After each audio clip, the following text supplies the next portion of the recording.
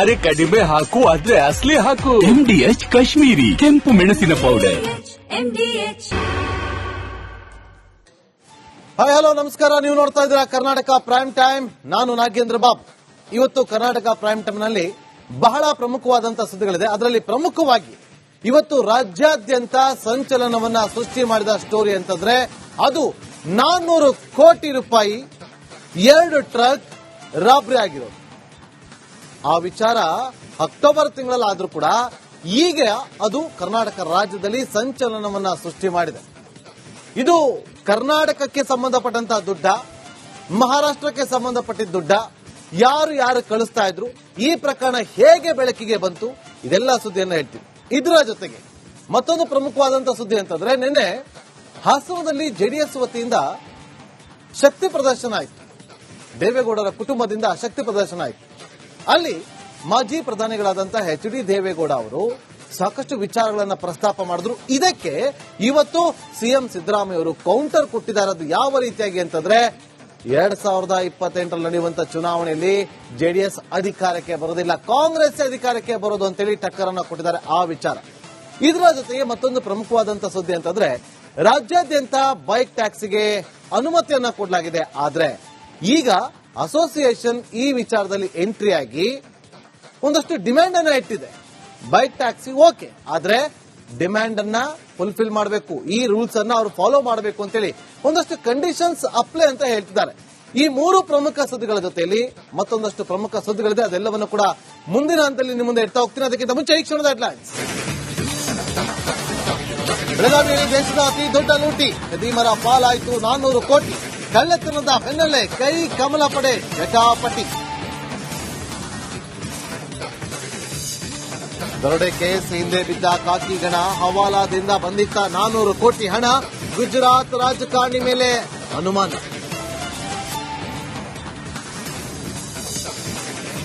Time ಬರುತ್ತೆ ನೋಡ್ತೀರಿ ಎಂದ ದೊಡ್ಡಗೌಡ್ರು. 2028ಕ್ಕೂ ನಮ್ಮದೇ ಸರ್ಕಾರ ಅಂತ ಸಿದ್ದು ಗುಟರು.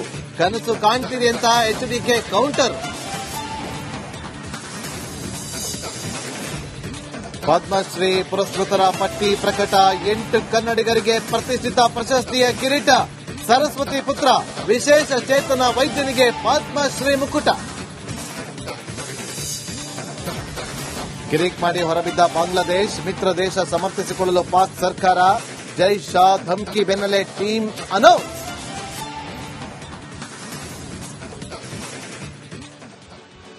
ದೇಶವೇ ಬೆಚ್ಚಿ ಬೀಳುವ ದೊಡ್ಡ ದರೋಡೆಯೊಂದು ನಡೆದು ಹೋಗಿದೆ. ಬೆಳಗಾವಿಯಲ್ಲಿ ದುಡ್ಡಿನ ಕಂಟೈನರ್ ದರೋಡೆ ಕೇಸ್ ಮಹಾರಾಷ್ಟ್ರದಲ್ಲಿ ಹಲ್ಚಲನ್ನ ಸೃಷ್ಟಿ ಮಾಡಿದೆ. ಕರ್ನಾಟಕ, ಗೋವಾ, ಮಹಾರಾಷ್ಟ್ರ ಈ 3 ರಾಜ್ಯಗಳ ಪೊಲೀಸರಿಗೆ ಈಗ ಟೆನ್ಷನ್ ಕೂಡ ಶುರುವಾಗಿದೆ. ರಿಪೋರ್ಟ್ ಇದೆ, ನೋಡ್ಕೊಬನ್ನಿ.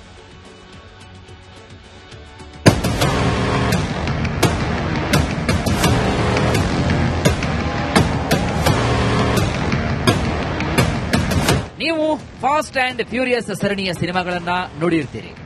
ಆ ಚಿತ್ರದಲ್ಲಿ ಕಾರ್ಗಳನ್ನ ಕದಿಯುವಂತಹ ಸೀನ್ಗಳು ಫೇಮಸ್. ಆದ್ರೆ ಇದು ಭಾರತ. ನಮ್ಮ ದೇಶದಲ್ಲಿರುವಂತಹ ಕಳ್ಳರು 2 ಲಾರಿ ಕದ್ದಿದ್ದಾರೆ. ಅಷ್ಟೇ ಆಗಿದ್ರೆ ದೊಡ್ಡ ಸುದ್ದಿ ಆಗ್ತಿರ್ಲಿಲ್ಲ. ಆ ಲಾರಿಗಳ ಒಳಗೆ 400 ಕೋಟಿ ರೂಪಾಯಿ ಕಾಸು ಇತ್ತು. ಸಿನಿಮಾ ಸ್ಟೈಲ್ ಅಲ್ಲಿ ರಾಬರಿ, 400 ಕೋಟಿ ಗುಳುಂ. 2 ಕಂಟೈನರ್ ಸಮೇತ ಡಕಾಯಿತರು ಪರಾರಿ. ಇದೊಂದು ಪಕ್ಕಾ ಕ್ರೈಮ್ ಥ್ರಿಲ್ಲರ್ ಸಿನಿಮಾ ಕಥೆಯಂತಿದೆ. ಬೆಳಗಾವಿ ಮತ್ತು ಗೋವಾ ಬಾರ್ಡರ್ನಲ್ಲಿ ಬರೋಬ್ಬರಿ 400 ಕೋಟಿ ರೂಪಾಯಿ ದರೋಡೆಯಾಗಿದೆ. ನಾಸಿಕ್ ಮೂಲದ ವ್ಯಕ್ತಿಯನ್ನ ಕಿಡ್ನಾಪ್ ಕೇಸ್ ಇಟ್ಕೊಂಡು ತನಿಖೆ ಮಾಡುತ್ತಿದ್ದ ಮಹಾರಾಷ್ಟ್ರ ಪೊಲೀಸರಿಗೆ ಈ ಸ್ಫೋಟಕ ಮಾಹಿತಿ ಸಿಕ್ಕಿದೆ. ನಾಸಿಕ್ ಎಸ್ಪಿಯಿಂದ ಬಂತು ಆ ಒಂದು ಲೆಟರ್. ಜನವರಿ 6ರಂದು ನಾಸಿಕ್ ಜಿಲ್ಲಾ ವರಿಷ್ಠಾಧಿಕಾರಿಗಳಿಂದ ಬೆಳಗಾವಿ ಪೊಲೀಸರಿಗೆ ಒಂದು ಪತ್ರ ಬರುತ್ತೆ. ಅದರಲ್ಲಿರುವಂತಹ ವಿಷಯವನ್ನು ಓದಿ ಕರ್ನಾಟಕ ಪೊಲೀಸರೇ ದಂಗಾಗಿ ಹೋಗ್ತಾರೆ. ನಿಮ್ಮ ಏರಿಯಾದ ಚೋರ್ಲಾಘಾಟ್ನಲ್ಲಿ ದೊಡ್ಡ ದರೋಡೆಯಾಗಿದೆ. ಬರೋಬ್ಬರಿ 1 ಅಲ್ಲ 2 ಅಲ್ಲ 400 ಕೋಟಿ ರೂಪಾಯಿ ಲೂಟಿ ಮಾಡಿದ್ದಾರೆ ಅನ್ನೋ ಉಲ್ಲೇಖ ಆ ಪತ್ರದಲ್ಲಿತ್ತು. ಕಿಡ್ನಾಪ್ ಕೇಸ್ನಲ್ಲಿ ಸಿಕ್ತು ರಾಬರಿ ಸುಳಿವು. ಈ ವಿಷಯ ಹೊರಬಂದಿದ್ದು ಒಂದು ಕಿಡ್ನಾಪ್ ಕೇಸ್ನಿಂದ. ಅಕ್ಟೋಬರ್ 22ರಂದು ನಾಸಿಕ್ನಲ್ಲಿ ಸಂದೀಪ್ ಪಾಟೀಲ್ ಅನ್ನೋ ವ್ಯಕ್ತಿಯನ್ನ ವಿಶಾಲ್ ನಾಯ್ಡು ಅನ್ನೋ ರೌಡಿ ಕಿಡ್ನಾಪ್ ಮಾಡಿದ್ದ. ಆ ಕೇಸ್ ತನಿಖೆ ಮಾಡುವಾಗ ಸಂದೀಪ್ ಪಾಟೀಲನೇ ಪೊಲೀಸರ ಮುಂದೆ ಬಾಯ್ಬಿಟ್ಟಿದ್ದಾನೆ. ಕಿಡ್ನಾಪರ್ಸ್ ನನ್ನ ಹತ್ರ ಮಾತನಾಡುವಾಗ 400 ಕೋಟಿ ದರೋಡೆ ಬಗ್ಗೆ ಚರ್ಚೆ ಮಾಡ್ತಿದ್ರು ಅಂತ ಹೇಳಿದ್ದಾನೆ.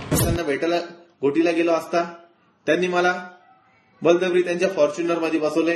नाशिक दिशेने घेऊन जात असताना त्या गाडीमध्ये असणारे संबंधित विशाल नायडू, सुनील धुमाळ हे मला काही प्रश्न विचारत असताना की तूच भाऊ पाटील आहे का, मला त्यांनी मारहाण करणं चालू केलं.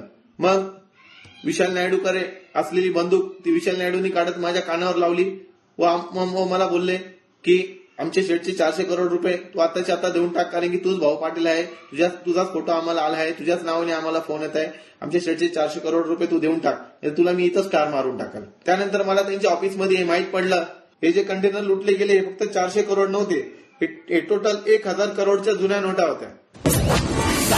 ದರೋಡೆ ಆಗಿದ್ದು ಸತ್ಯನ ಬುರುಡೆನ ಅಂತ ದೇವರಿಗೆ ಗೊತ್ತು. ಯಾಕಂದ್ರೆ ಸಂದೀಪ್ ಪಾಟೀಲ್ ಈ ದರೋಡೆಯನ್ನ ಕಣ್ಣಾರೆ ಕಂಡಿಲ್ಲ.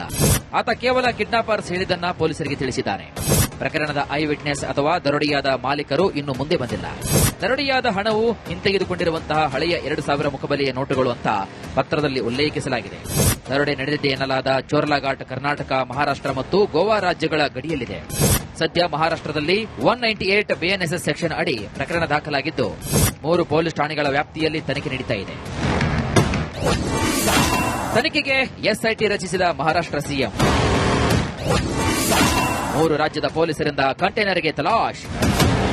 ರಾಬರಿ ಪ್ರಕರಣವನ್ನ ಗಂಭೀರವಾಗಿ ಪರಿಗಣಿಸಿದ ಮಹಾರಾಷ್ಟ್ರ ಸಿಎಂ ದೇವೇಂದ್ರ ಫಡ್ನವೀಸ್ ತನಿಖೆಗೆ ಎಸ್ಐಟಿ ರಚಿಸಿದ್ದಾರೆ.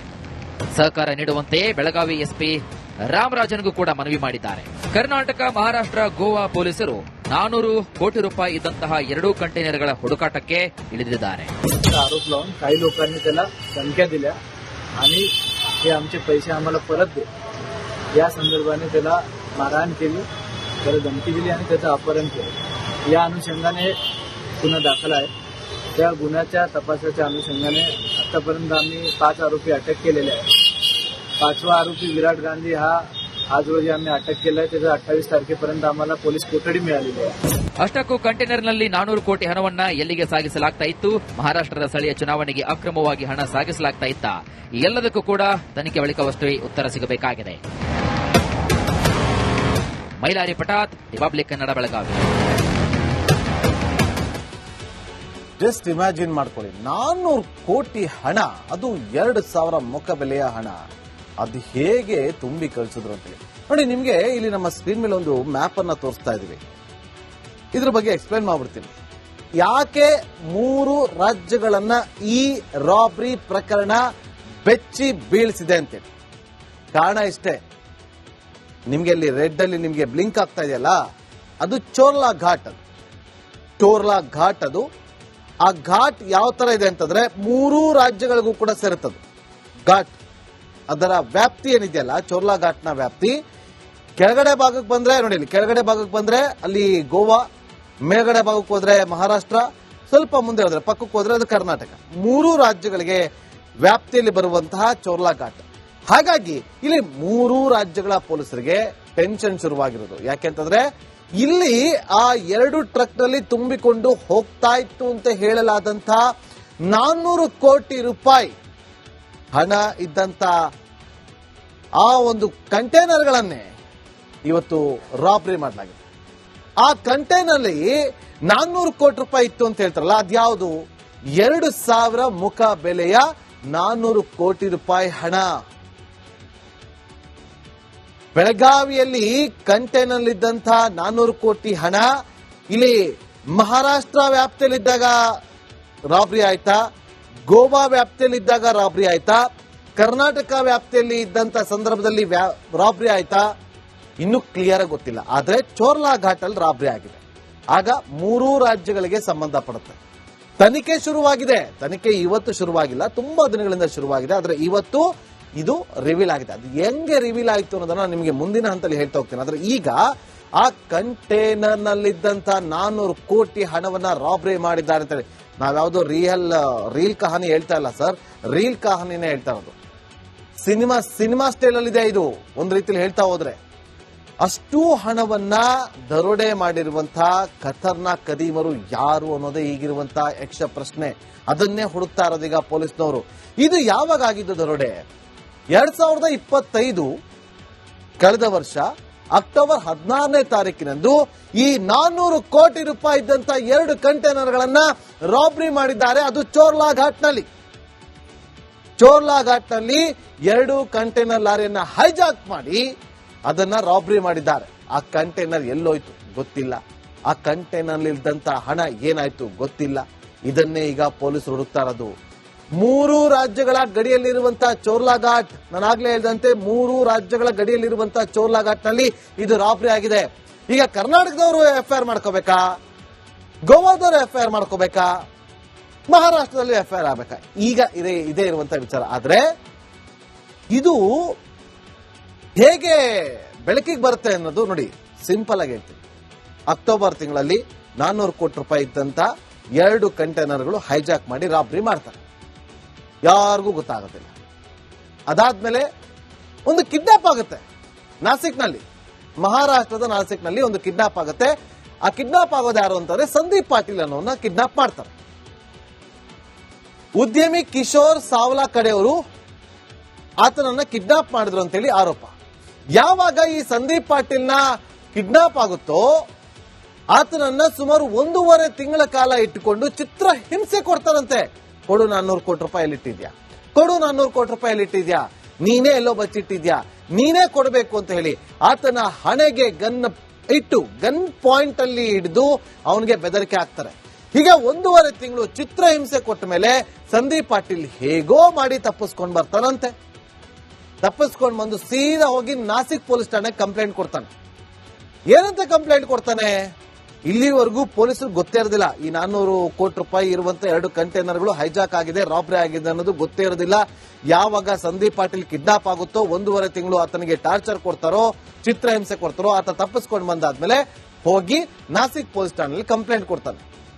ಕಂಪ್ಲೇಂಟ್ ಕೊಟ್ಟಾಗ ನನ್ನನ್ನ ಈ ತರ ಒಂದು 7-8 ಜನ ಕಿಡ್ನಾಪ್ ಮಾಡಿದ್ರು, 1.5 ತಿಂಗಳು ಚಿತ್ರಹಿಂಸೆ ಕೊಟ್ರು ಅಂತೇಳಿ. ಐಒ ಏನು ಮಾಡ್ತಾರೆ, ಏನ್ ಕಾರಣಕ್ಕೆ ನಿನ್ನ ಕಿಡ್ನಾಪ್ ಮಾಡಿದ್ರು ಅಂತ ಕೇಳಿದಾಗ ಅಲ್ಲಿಂದ ಶುರುವಾಗುತ್ತೆ ನೋಡಿ ಅಸಲಿ ಪಿಕ್ಚರ್. ಸರ್, ನನ್ನನ್ನ ಕಿಡ್ನಾಪ್ ಮಾಡೋದಕ್ಕೆ ಉದ್ದೇಶ 400 ಕೋಟಿ ರೂಪಾಯಿ ರಾಬ್ರಿ ಆಗಿದೆ, ಅದಕ್ಕೋಸ್ಕರ ನನ್ನ ಕಿಡ್ನಾಪ್ ಮಾಡಿದ್ರು. ಪೊಲೀಸರು ಕೇಳ್ತಾರೆ 400 ಕೋಟಿ ರೂಪಾಯಿ ರಾಬ್ರಿ ಆಗೋದಕ್ಕೂ ನಿನ್ನ ಕಿಡ್ನಾಪ್ ಮಾಡೋದಕ್ಕೂ ಏನ್ ಸಂಬಂಧ ಅಂದಾಗ ಆತ ಅವನ ಅಸಲಿ ವಿಚಾರವನ್ನ ಹೇಳ್ತಾನೆ. ಕಿಶೋರ್ ಅನ್ನೋ ನನ್ನ ಸ್ನೇಹಿತ, ನನ್ನ ಆಪ್ತ, ಅವಂದೇ ದುಡ್ಡು ಅಂತ ಹೇಳಲಾಗ್ತಾ ಇದೆ, ಅವಂದು ಹಣ ರಾಬ್ರಿ ಆಗಿದೆ ಅನ್ನೋದು ನನಗೆ ಗೊತ್ತಾಗುತ್ತೆ. ಆ ಗೊತ್ತಾದಾಗ ನಾನು ಇದರಲ್ಲಿ ಎನ್ಕ್ಯಾಶ್ ಮಾಡ್ಕೊಳ್ಳೋಣ ಅಂತೇಳಿ ಒಂದು ವಿಡಿಯೋ ಕಾಲ್ ಮಾಡಿ ಹೇಳಿದೆ, ನನಗೆ 100 ಕೋಟಿ ರೂಪಾಯಿ ಕೊಡಬೇಕು, ನಾನು 400 ಕೋಟಿ ರೂಪಾಯಿ ವಾಪಸ್ ಕೊಡ್ತೀನಿ ಅಂತ ಹೇಳಿದಾಗ ಇಲ್ಲಿ ಇನ್ಸ್ಪೆಕ್ಟರ್ ಶಾಕ್ ಆಗ್ತಾರೆ. ಇವನು ಏನ್ ಮಾತಾಡ್ತಾವನೆ, ಅರ್ಥನೇ ಆಗಲ್ಲ, ಮತ್ತೊಮ್ಮೆ ಹೇಳು ಅಂತ ಹೇಳ್ತಾರೆ. ಆಗ ಅವ್ನು ಸಂದೀಪ್ ಪಾಟೀಲ್ ಹೇಳ್ತಾನೆ, ಸರ್ ನನ್ನನ್ನ ಕಿಡ್ನಾಪ್ ಮಾಡಿದ್ರು, ಕಿಡ್ನಾಪ್ ಮಾಡೋದಕ್ಕೆ ಕಾರಣ 400 ಕೋಟಿ ರೂಪಾಯಿ ರಾಬ್ರಿ ಆಗಿದೆ, ಆ 400 ಕೋಟಿ ರೂಪಾಯಿ ಎಲ್ಲಿದೆ ಅಂತ ನನಗೆ ಗೊತ್ತು, ನೀವು ನನಗೆ 100 ಕೋಟಿ ರೂಪಾಯಿ ಈಗ ಚಲಾವಣೆಯಲ್ಲಿರುವಂತಹ ಹಣದ ಸಮೇತವಾಗಿ ಬಂದು ಕೊಟ್ರೆ ನಾನು 400 ಕೋಟಿ ರೂಪಾಯಿ ಎಲ್ಲಿದೆ ಅಂತ ಹೇಳ್ತೀನಿ ಅಂತ ಹೇಳ್ತಾರೆ. ಈ ವಿಚಾರ ಗೊತ್ತಾಗ್ತಾ ಇದ್ದಂತೆ ಕಿಶೋರ್ ಕಡೆಯವರು ನನ್ನನ್ನ ಬಂದು ಕಿಡ್ನಾಪ್ ಮಾಡ್ಕೊಂಡು ಹೋದ್ರು, 1.5 ತಿಂಗಳು ನನ್ನನ್ನ ಚಿತ್ರಹಿಂಸೆ ಕೊಟ್ಟರು ಅಂತ ಹೇಳ್ತಾರೆ. ಯಾವಾಗ ಈ ವಿಚಾರ ಅಲ್ಲಿ ಅವನು ಪ್ರಸ್ತಾಪ ಮಾಡ್ತಾನೋ ಪೊಲೀಸರು ತಲೆ ತಿರುಗ್ಬಿಡುತ್ತೆ. ಅಬ್ಬಬ್ಬಬ್ಬ, ಕಿಡ್ನಾಪ್ ಇಂಪಾರ್ಟೆಂಟ್ ಅಲ್ಲ, ಕಿಡ್ನಾಪ್ ಮಾಡಿ ಚಿತ್ರಹಿಂಸೆ ಕೊಟ್ಟರು ಅದು ಇಂಪಾರ್ಟೆಂಟ್ ಅಲ್ಲ, ಅದು ಪ್ರಕರಣ ಇಂಪಾರ್ಟೆಂಟ್. ಆದ್ರೆ 400 ಕೋಟಿ ರಾಬ್ರಿ ಆಗಿದೆಯಲ್ಲ ಅದ್ರ ಬಗ್ಗೆ ಹೇಳು ಅಂತ ಕೇಳ್ತಾರೆ. ಆಗ ಗೊತ್ತಾಗೋದು ಈ 400 ಕೋಟಿ ರೂಪಾಯಿ ರಾಬ್ರಿ ಆಗಿದೆ. ಎಲ್ಲಿ ರಾಬ್ರಿ ಆಗಿದೆ? ಚೋರ್ಲಾಘಾಟ್ ಅಲ್ಲಾಗಿದೆ. ಚೋರ್ಲಾಘಾಟ್ ಯಾವ ಜುರಿಕ್ಷನ್ಗೆ ಬರುತ್ತೆ? ಕರ್ನಾಟಕಕ್ಕೆ ಬರುತ್ತಾ, ಗೋವಾಗೆ ಬರುತ್ತಾ, ಮಹಾರಾಷ್ಟ್ರಕ್ಕೆ ಬರುತ್ತಾ? ಇದು ಗೊತ್ತಾಗಬೇಕು ಅಂತಂದ್ರೆ ಆ ರಾಬ್ರಿ ಆಗಿದ್ದ ಸ್ಥಳ ಯಾವುದು ಅಂತ ಗೊತ್ತಾಗಬೇಕು. ಕರೆಕ್ಟ್ ಪಾಯಿಂಟ್ ಗೊತ್ತಾದ್ಮೇಲೆ ಗೊತ್ತಾಗುತ್ತೆ. ಈಗ ಇದರ ಹಿಂದೆ ಬಿದ್ದಿದ್ದಾರೆ, ತನಿಖೆ ಕೂಡ ಮುಂದುವರೆದಿದೆ. ಮುಂದಿನ ಸುದ್ದಿ ತಗೊಂಡು ನೋಡಿ, ಈಗ ಇದೇ ವಿಚಾರವಾಗಿ 400 ಕೋಟಿ ಲೂಟಿ ಪ್ರಕರಣಕ್ಕೆ ಒಂದು ದೊಡ್ಡದಾದಂತಹ ಟ್ವಿಸ್ಟ್ ಸಿಕ್ಕಿದೆ. ಆ ಹಣದ ವ್ಯವಹಾರದ ಹಿಂದೆ ಗುಜರಾತ್ ರಾಜಕಾರಣಿ ಇದ್ದಾರಂತೆ, ಪೊಲೀಸರು ಕೂಡ ಭಾಗಿಯಾಗಿದ್ದಾರಂತೆ. ಆಡಿಯೋ ಇದೆಲ್ಲವನ್ನ ಕೂಡ ಹೇಳ್ತಾ ಇದೆ. ಆ ಆಡಿಯೋ ಸಂಭಾಷಣೆಯಲ್ಲಿ ಏನಿದೆ, ಇದರ ಹಿಂದೆ ಇರುವಂತಹ ರಾಜಕಾರಣಿ ಯಾರು, ಪೊಲೀಸರಿಗೆ ಹೇಗೆಲ್ಲ ಗೊತ್ತಿತ್ತು, ಯಾವಾಗ ಗೊತ್ತಾಯ್ತು, ಯಾಕೆ ಕದ್ದು ಮುಚ್ಚಿ ಸೈಲೆಂಟ್ ಆಗಿ ಇನ್ವೆಸ್ಟಿಗೇಷನ್ ಮಾಡ್ತಿದ್ದಾರೆ, ಈ ರಿಪೋರ್ಟ್ ನೋಡ್ಕೊಂಡ್ ಬನ್ನಿ.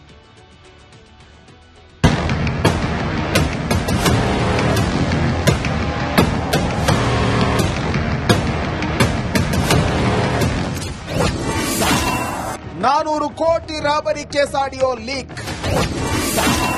ಗುಜರಾತ್ ರಾಜಕಾರಣಿ ಪೊಲೀಸರು ಭಾಗಿ. ದೇಶದ ಅತಿ ದೊಡ್ಡ ರಾಬರಿ ಪ್ರಕರಣವೊಂದು ಕರ್ನಾಟಕದಲ್ಲಿ ನಡೆದಿದ್ದು ಇದು ತಡವಾಗಿ ಬೆಳಕಿಗೆ ಬಂದಿದೆ. ಈ ಪ್ರಕರಣಕ್ಕೆ ಸಂಬಂಧಿಸಿದ ಆಡಿಯೋ ಒಂದು ವೈರಲ್ ಆಗ್ತಿದೆ. ಆರೋಪಿ ವಿರಾಟ್ ಜಯೇಶ್ ಮಾತನಾಡಿರುವ ಆಡಿಯೋ ವೈರಲ್ ಆಗಿದೆ. का बुक दिया है किशोर भाई को। जो भी हिसाब है आश्रम को मैंने दे दिया है। अभी जो भी डिसीजन लेगा आश्रम डिसीजन लेगा, और आश्रम के साथ मेरी बातचीत भी हो गई है। ठीक है, तो अभी समझ लो कि कल परसों में आश्रम वालों से उनका मैं मीटिंग करवाने का अरेंजमेंट कर रहा हूँ। 170 ಕೋಟಿ ಡೀಲ್ ಆದ್ರೆ 10% ಕಮಿಷನ್. तो अगर डील होता है तो 170 करोड़ रहता है आता है, तो उसमें तुमको 10% जितना तो मिलेगा ही। ठीक है, वार्ड वाली होता है 2-5 करोड़ का, तो उसमें भी तुमको तो मिलने ही वाला है। बराबर. ठीक है, लेकिन क्या इतना बड़ा काम है और अभी क्या आश्रम में इन्वॉल्व है ना, तो इसके लिए थोड़ा स्लो चल रहा है. गुजरात राजकारणीयो शामिलो.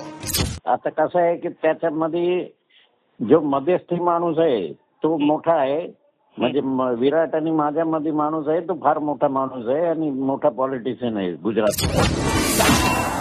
ನೋಟ್ ಬ್ಯಾನ್ ಏನಾಯ್ತು ಸ್ವಾಮಿ? ಮತ್ತೆ ಡಿಮಾನಿಟೈಸೇಷನ್ ಏನಾಯ್ತು ಮೋದಿ ಅವ್ರದ್ದು? ಅದೇ ರೀ, ಈಗ ಮತ್ತೆ ಡಿಮಾನಿಟೈಸೇಷನ್ ಏನಾಯ್ತು ಮೋದಿ ಅವ್ರದ್ದು? ನಾ ಖಾऊंगा ನಾ ಖಾನೆ दूंगा ಏನಾಯ್ತು? ಸಾಗಿಸ್ತಾ ಇದ್ದಾಗೆ ಸಿಕ್ಕಾಕೊಂಡ್ರಲ್ಲ, ಸಾಗಿಸಬಹುದಂದ್ರೆ ಏನು? ನೋಟ್ ಬ್ಯಾನ್ ಆದ್ರೂ ಇಷ್ಟೊಂದು ಹಣ ಉಳಿಸಿಕೊಂಡಿದ್ದು ಏಕೆ? ಅದು ಹವಾಲಾ ಹಣವ ಅಂತ ತನಿಖೆ ಆಗಬೇಕಾಗಿದೆ. Bureau report, republic Kannada. ಈ 400 ಕೋಟಿ ರಾಬ್ರಿ ಆಯ್ತಲ್ಲ, ಆ ಕಾಸಿನ ಲೂಟಿ ಹಿಂದೆ ಒಂದು ಕಹಾನಿ ಇದೆ ಅಂತ ಹೇಳಲಾಗ್ತಾ ಇದೆ. ಏನದು? ಇವತ್ತು ನಾನಾ ವಿಚಾರವಾಗಿ ಬೆಳಕಿಗೆ ಬರ್ತಾ ಇದೆ ಬಿಡಿ. ಒಬ್ಬೊಬ್ರು ಒಂದೊಂದು ವಿಚಾರವನ್ನ ಪ್ರಸ್ತಾಪ ಮಾಡ್ತಿದ್ದಾರೆ. ಕರ್ನಾಟಕದಿಂದನೇ ಆ ದುಡ್ಡು ಹೋಗ್ತಾ ಇತ್ತು ಮಹಾರಾಷ್ಟ್ರಕ್ಕೆ ಅಂತ ಒಬ್ರು ಹೇಳ್ತಾರೆ. ಇಲ್ಲ ಇಲ್ಲ, ಇದನ್ನ ದೇವಸ್ಥಾನಗಳು ತಗೊಂಡೋಗ್ತಿದ್ರು, ದೊಡ್ಡ ದೊಡ್ಡ ದೇವಸ್ಥಾನ. ಒಂದು ಕಡೆ ಮಹಾರಾಷ್ಟ್ರದಲ್ಲಿ ಶಿರ್ಡಿ ಸಾಯಿಬಾಬಾ ಟೆಂಪಲ್ ಇದೆ, ಈ ಕಡೆ ತಿರುಪತಿ ಇದೆ, ಮತ್ತೊಂದು ದೇವಸ್ಥಾನ ಇದೆ, ಸುತ್ತಲೂ ಮುತ್ತಲು ದೇವಸ್ಥಾನಗಳು ತಗೊಂಡೋಗ್ತಾರೆ. ಅಲ್ಲಿ ಹಂತ ಹಂತವಾಗಿ ಹುಂಡಿ ಒಳಗಡೆ ದುಡ್ಡನ್ನ ಹಾಕಿ ಅಲ್ಲಿಂದ ಕನ್ವರ್ಟ್ ಮಾಡ್ಕೊಳ್ಳೋದಕ್ಕೆ, ಬ್ಲಾಕ್ ಮನಿಂದ ವೈಟ್ ಮನೆಗೆ ಕನ್ವರ್ಟ್ ಮಾಡ್ಕೊಳ್ಳೋಕೆ ಈ ತರ ಮಾಡ್ತಿದ್ರು ಅಂತೇಳಿ ಕೆಲ ರಾಜಕಾರಣಿಗಳು ಆರೋಪವನ್ನ ಮಾಡ್ತಿದ್ದಾರೆ. ನೋಡಿ, ಹೀಗೆ ನಡೆಯುತ್ತಂತೆ ಎಲ್ಲ ಈಗ ಗೊತ್ತಾಗ್ತಾ ಇದೆ ಯಾವ ರೀತಿಯಾಗಿ ಹವಾಲ ನಡೆಯುತ್ತೆ ಅಂತ ನೋಡಿ. ಆದ್ರೆ ಈ ವಿಚಾರವಾಗಿ ದೇವಸ್ಥಾನಗಳ ಹೆಸರನ್ನ ತರ್ತಾರೆ. ಆದ್ರೆ ಇದರ ಜೊತೆಗೆ ಚುನಾವಣೆಯ ಹೆಸರು ಕೂಡ ಕೇಳಿ ಬರ್ತಾ ಇದೆ. ಮಹಾರಾಷ್ಟ್ರ ಚುನಾವಣೆಯಲ್ಲಿ 400 ಕೋಟಿ ಹಣವನ್ನ ಬಳಕೆ ಮಾಡಿಕೊಳ್ಳೋದಕ್ಕೆ ತೆಗೆದುಕೊಂಡು ಹೋಗಲಾಗ್ತಾ ಇತ್ತ ಅನ್ನುವ ಪ್ರಶ್ನೆಗಳು ಉದ್ಭವ ಆಗ್ತದೆ ಇವತ್ತು. ಅದೇ ಕಾರಣಕ್ಕೋಸ್ಕರ ತನಿಖೆಗೆ ಆದೇಶವನ್ನ ಕೊಟ್ಟಿದ್ದಾರಂತೆ ಮಹಾರಾಷ್ಟ್ರದ ಸಿಎಂ ಫಡ್ನವೀಸ್ ಅವರು. ಅವ್ರು ಹೇಳಿದ್ದಾರೆ, ಕರ್ನಾಟಕದಿಂದನೇ ಅದು 400 ಕೋಟಿ ರೂಪಾಯಿ ಬರ್ತಾ ಇತ್ತು, ನಮಗೆ ಅನುಮಾನ ಇದೆ, ತನಿಖೆ ಮಾಡಿ ಗೊತ್ತಾಗಬೇಕು ಅಂತೇಳಿ ಅವರು ಆದೇಶವನ್ನ ಕೊಟ್ಟಿದ್ದಾರಂತೆ. ಅಷ್ಟೇ ಅಲ್ಲ, ಈ ಸಂದೀಪ್ ಪಾಟೀಲ್ ಒಂದು ವಿಡಿಯೋವನ್ನ ಮಾಡ್ತಾನಲ್ಲ, ಆ ವಿಡಿಯೋದಲ್ಲೂ ಕೂಡ ಒಂದು ಸ್ಫೋಟಕ ಮಾಹಿತಿಯನ್ನ ಕೊಟ್ಟಿದ್ದಾನೆ. ಅದೇನು ಅಂತಂದ್ರೆ, ಎಲ್ಲಾ ಹಣ ಬೆಳಗಾವಿ ಮೂಲದ ಬಿಲ್ಡರ್ ಕಿಶೋರ್ಗೆ ಸೇರಿದ್ದು ಅಂತ ಹೇಳಿದ್ದಾನೆ. ಯಾರು ಈ ಕಿಶೋರ್? ಬೆಳಗಾವಿ ಮೂಲದ ಬಿಲ್ಡರ್. ಇವನ ಹತ್ರ 2,000 ಮುಖ ಬೆಲೆಯ 400 ಕೋಟಿ ಹಣ ಎಲ್ಲಿಂದ ಬಂತು? ನಮಗೆ ನಿಮಗೆ ಗೊತ್ತಾಗ್ತಾ ಇರೋದು 400 ಕೋಟಿ ಅಷ್ಟೇ. ಆದ್ರೆ ಅವನ್ ಸಂದೀಪ್ ಪಾಟೀಲ್ ಹೇಳಿದಾನೆ ಇನ್ನೊಂದ್ ಕಡೆ 400 ಕೋಟಿ ಅಲ್ಲ ಸರ್, ನನ್ನ ಡೌಟ್ ಇದೆ, ಅದು 1,000 ಕೋಟಿ ಅಷ್ಟಿತ್ತು ಅಂತೇಳಿ.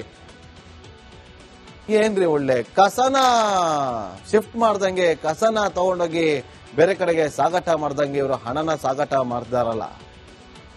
ಸಿನಿಮಾಗಳಲ್ಲಿ ನೋಡಿದ್ವಿ, ಒಂದಷ್ಟು ಸಿನಿಮಾಗಳಲ್ಲಿ ಚುನಾವಣೆಗೆ ಬಳಕೆ ಮಾಡಿಕೊಳ್ಳೋದಕ್ಕೆ ಕಂಟೈನರ್ಗಳಲ್ಲಿ ಯಾವ ತರ ಬರ್ತಿತ್ತು, ಅದನ್ನ ಹೇಗೆ ಅದನ್ನ ನಾಶ ಮಾಡ್ತಾರೆ ಫಿಲಂಗಳಲ್ಲಿ ಹೀರೋಗಳು, ಅದೆಲ್ಲವನ್ನ ಕೂಡ ನೋಡಿದ್ವಿ. ಆದ್ರೆ ಇವತ್ತು ಕಣ್ಣು ಮುಂದೆನೆ ಬರ್ತಾ ಇದೆ ಅವೆಲ್ಲ ಸೀನ್ಗಳು. ಹೀಗೂ ನಡೆಯುತ್ತಾ ಅಂತೇಳಿ ನೋಡಿ. ಈ ಹಣವನ್ನ ಬೆಳಗಾವಿ ಮೂಲದ ಒಬ್ಬ ಬಿಲ್ಡರ್ ಸೇರಿದ್ದು, ಅದು ಗೋವಾ ಮೂಲಕ ಬಾಲಾಜಿ ಟ್ರಸ್ಟ್ಗೆ ಹೋಗ್ತಿತ್ತು ಅಂತ ಹೇಳ್ತಾ ಇದ್ದಾರೆ. ಯಾವಾಗ ಈ ವಿಚಾರ ಗೊತ್ತಾಗುತ್ತೋ, ರಾಬ್ರಿ ಆಗಿರೋದು ಕನ್ಫರ್ಮ್, ಹಣ ರಾಬ್ರಿ ಆಗಿದೆ, ಹಣ ಕಳೆದೋಗಿದೆ, ಹಣ ಯಾರೋ ಎತ್ಕೊಂಡು ಹೋಗ್ಬಿಟ್ರು ಅಂತ ಹೇಳಿದಾಗ, ಈ ವಿಚಾರ ಗೊತ್ತಾದಾಗ ಸಂದೀಪ್ ಪಾಟೀಲ್ ಏನ್ ಮಾಡ್ತಾನೆ, 100 ಕೋಟಿ ರೂಪಾಯಿಗೆ ಬೇಡಿಕೆ ಇಡ್ತಾನೆ. ಆಗ್ಲೇ ಅವನ್ನ ಕಿಡ್ನಾಪ್ ಮಾಡೋದು. ಆದ್ರೆ ಈಗ ನಮಗ್ ಡೌಟ್ ಬರ್ತಾ ಇರೋದು, ಕಂಟೈನರ್ ಒಳಗಡೆ 2,000 ಮುಖ ಬೆಲೆಯ ನೋಟುಗಳೇ ಇದ್ವು ಅನ್ನೋದು ಹೇಗೆ ಗೊತ್ತಾಯ್ತು? ಇದೀಗ ಇರುವಂತ ಕ್ಯೂರಿಯಾಸಿಟಿ. ಅದು ಡೈವರ್ಟ್ ಮಾಡೋದಕ್ಕೆ ಏನಾದ್ರು ಈ ತರ ಹೇಳಿದಾರಾ ಗೊತ್ತಿಲ್ಲ, ಅಥವಾ ದರೋಡೆಯಾದಂತ ಹಣದಲ್ಲಿ ಚಲಾವಣೆಯಲ್ಲಿದ್ದಂತ ಹಣವೇ ಇತ್ತ, ಅಥವಾ ಇದನ್ನ ಗಮನವನ್ನ ಬೇರೆ ಕಡೆಗೆ ಸೆಳೆಯೋದಕ್ಕೆ, ಡೈವರ್ಷನ್ ಮಾಡೋದಕ್ಕೆ 2,000 ಮುಖಬೆಲೆಯ ಹಣ ಅಂತ ಹೇಳ್ತಿದ್ದಾರ ಮುಚ್ಚಾಕೋದಕ್ಕೆ?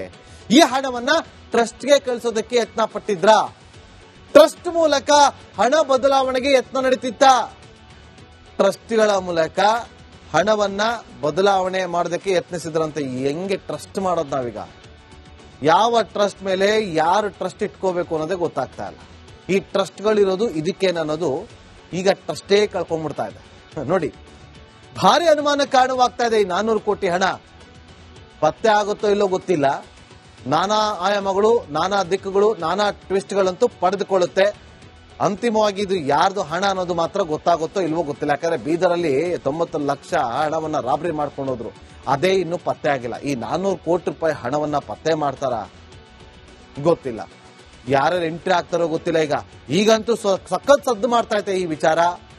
ಯಾರೆಲ್ಲ ಎಂಟ್ರಿ ಆಗುತ್ತೆ? ಸೆಂಟ್ರಲ್ ಗೌರ್ಮೆಂಟ್ ಇನ್ವಾಲ್ವ್ ಆಗ್ಬೇಕು. ಈಗ ಈ ವಿಚಾರದಲ್ಲಿ ಸೆಂಟ್ರಲ್ ಗೌರ್ಮೆಂಟ್ ಇನ್ವಾಲ್ವ್ ಆಗ್ಬೇಕು.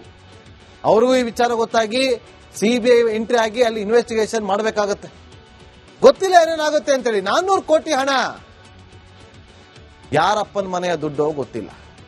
ಆ ಒಂದಂತೂ ಸತ್ಯ, ರಾಬರಿ ಆಗಿದೆ ಅಂತ ಹೇಳ್ತಾರ, ಅಥವಾ ಅದನ್ನ ಆಲ್ರೆಡಿ ಖರ್ಚು ಮಾಡ್ಕೊಂಡ್ಬಿಟ್ಟವ್ರ ಅದು ಗೊತ್ತಿಲ್ಲ. ಯಾಕಂದ್ರೆ ಚುನಾವಣೆ ಅಲ್ಲೊಂದು ನಡೆದು ಹೋಯ್ತು ಮಹಾರಾಷ್ಟ್ರದಲ್ಲಿ.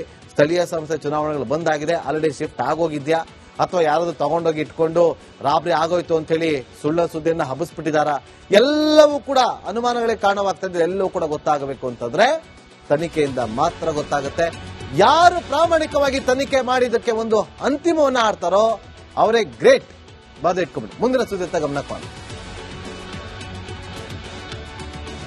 ಸಿದ್ದರಾಮಯ್ಯ ಸರ್ಕಾರ ಅಧಿಕಾರಕ್ಕೆ ಬಂದು 2.5 ವರ್ಷ ಕಳೆದಾಯ್ತು. ಮುಂದಿನ ಚುನಾವಣೆಗೆ ಇನ್ನು 2.5 ವರ್ಷ ಬಾಕಿ ಇದೆ. ಆಗ್ಲೇ ಚುನಾವಣೆಯ ಕಾವು ಜೋರಾಗಿದೆ. ಬಿಜೆಪಿ ಜೆಡಿಎಸ್ ನಾಯಕರು ಪರಸ್ಪರ ಸವಾಲುಗಳನ್ನು ಹಾಕೊಳ್ತಿದ್ದಾರೆ. ಹೇಗೆ ಗೊತ್ತಾ? ಈ ರಿಪೋರ್ಟ್ ನೋಡಿ.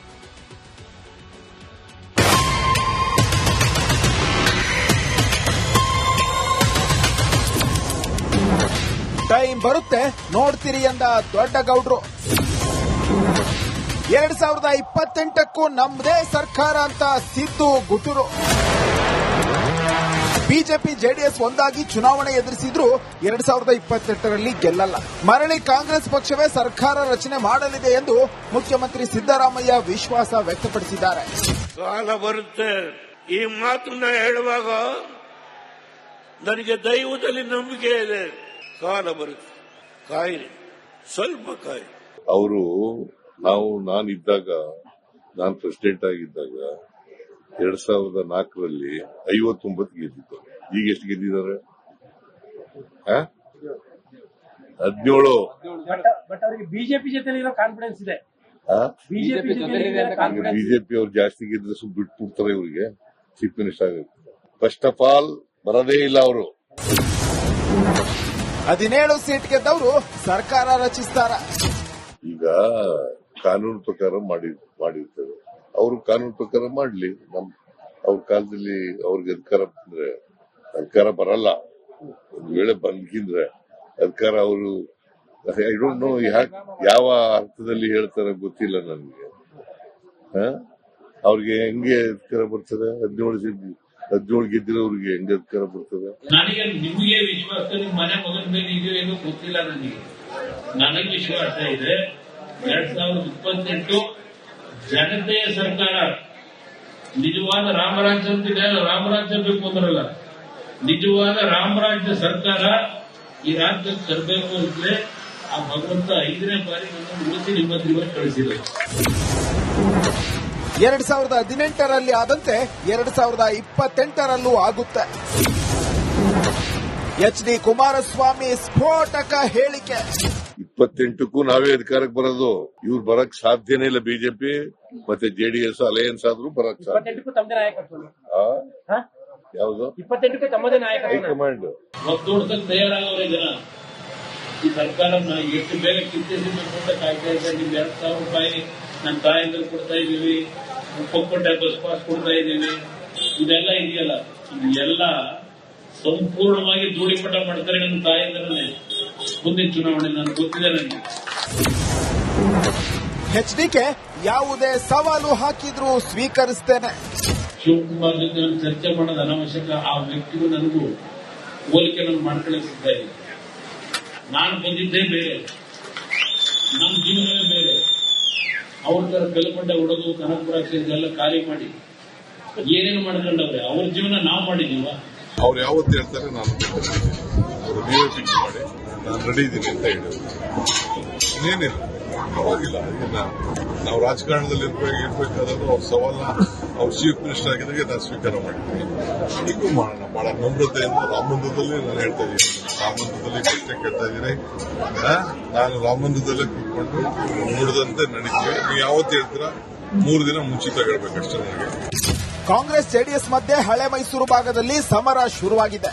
ಇದು ಎಲ್ಲಿಗೆ ಹೋಗಿ ನಿಲ್ಲುತ್ತೋ ಅನ್ನೋದನ್ನ ಕಾದು ನೋಡಬೇಕಾಗಿದೆ. Bureau report, republic Kannada.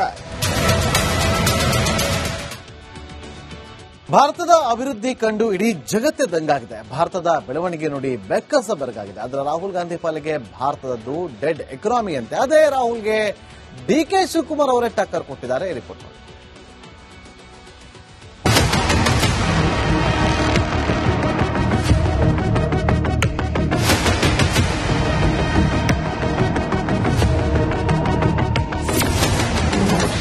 ಭಾರತದ್ದು ಡೆಡ್ ಎಕಾನಮಿ ಎಂದ ರಾಹುಲ್ ಗಾಂಧಿ.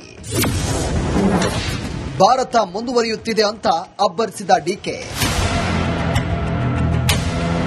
ವಿಶ್ವದಲ್ಲಿ ಯಾವುದೇ ಸರ್ವೆ ನಡೆದರೂ, ಯಾವುದೇ ಸಂಸ್ಥೆಯ ವರದಿ ನೋಡಿದ್ರೂ ಕೂಡ ಭಾರತದ ಆರ್ಥಿಕತೆ ವಿಶ್ವದಲ್ಲೇ ಅತ್ಯಂತ ವೇಗವಾಗಿ ಬೆಳೀತಾ ಇರುವ ಆರ್ಥಿಕತೆ ಅಂತ ಗೊತ್ತಾಗುತ್ತೆ.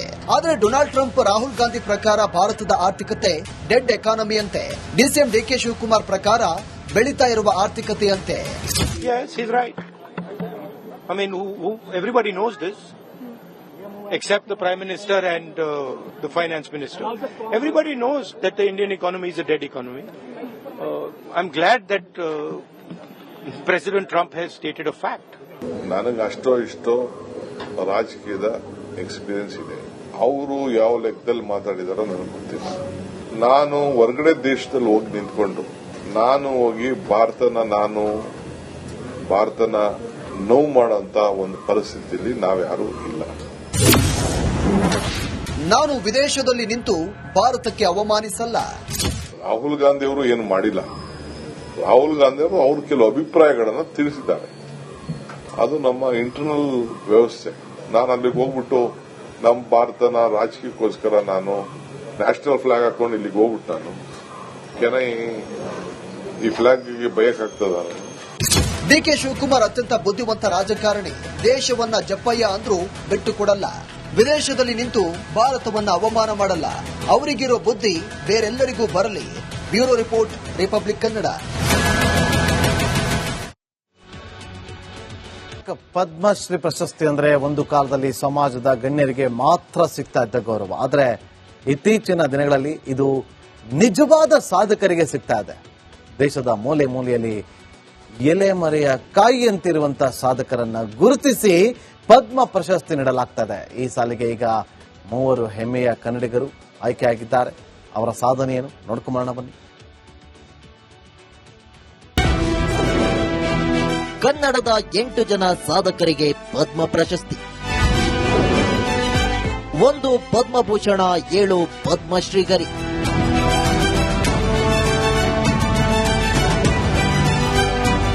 ಎರಡ್ 2026ನೇ ಸಾಲಿನ ಪದ್ಮ ಪ್ರಶಸ್ತಿ ಪ್ರಕಟವಾಗಿದ್ದು, ಈ ವರ್ಷ 131 ಸಾಧಕರು ಪದ್ಮ ಪ್ರಶಸ್ತಿ ಗೌರವಕ್ಕೆ ಭಾಜನರಾಗಿದ್ದಾರೆ.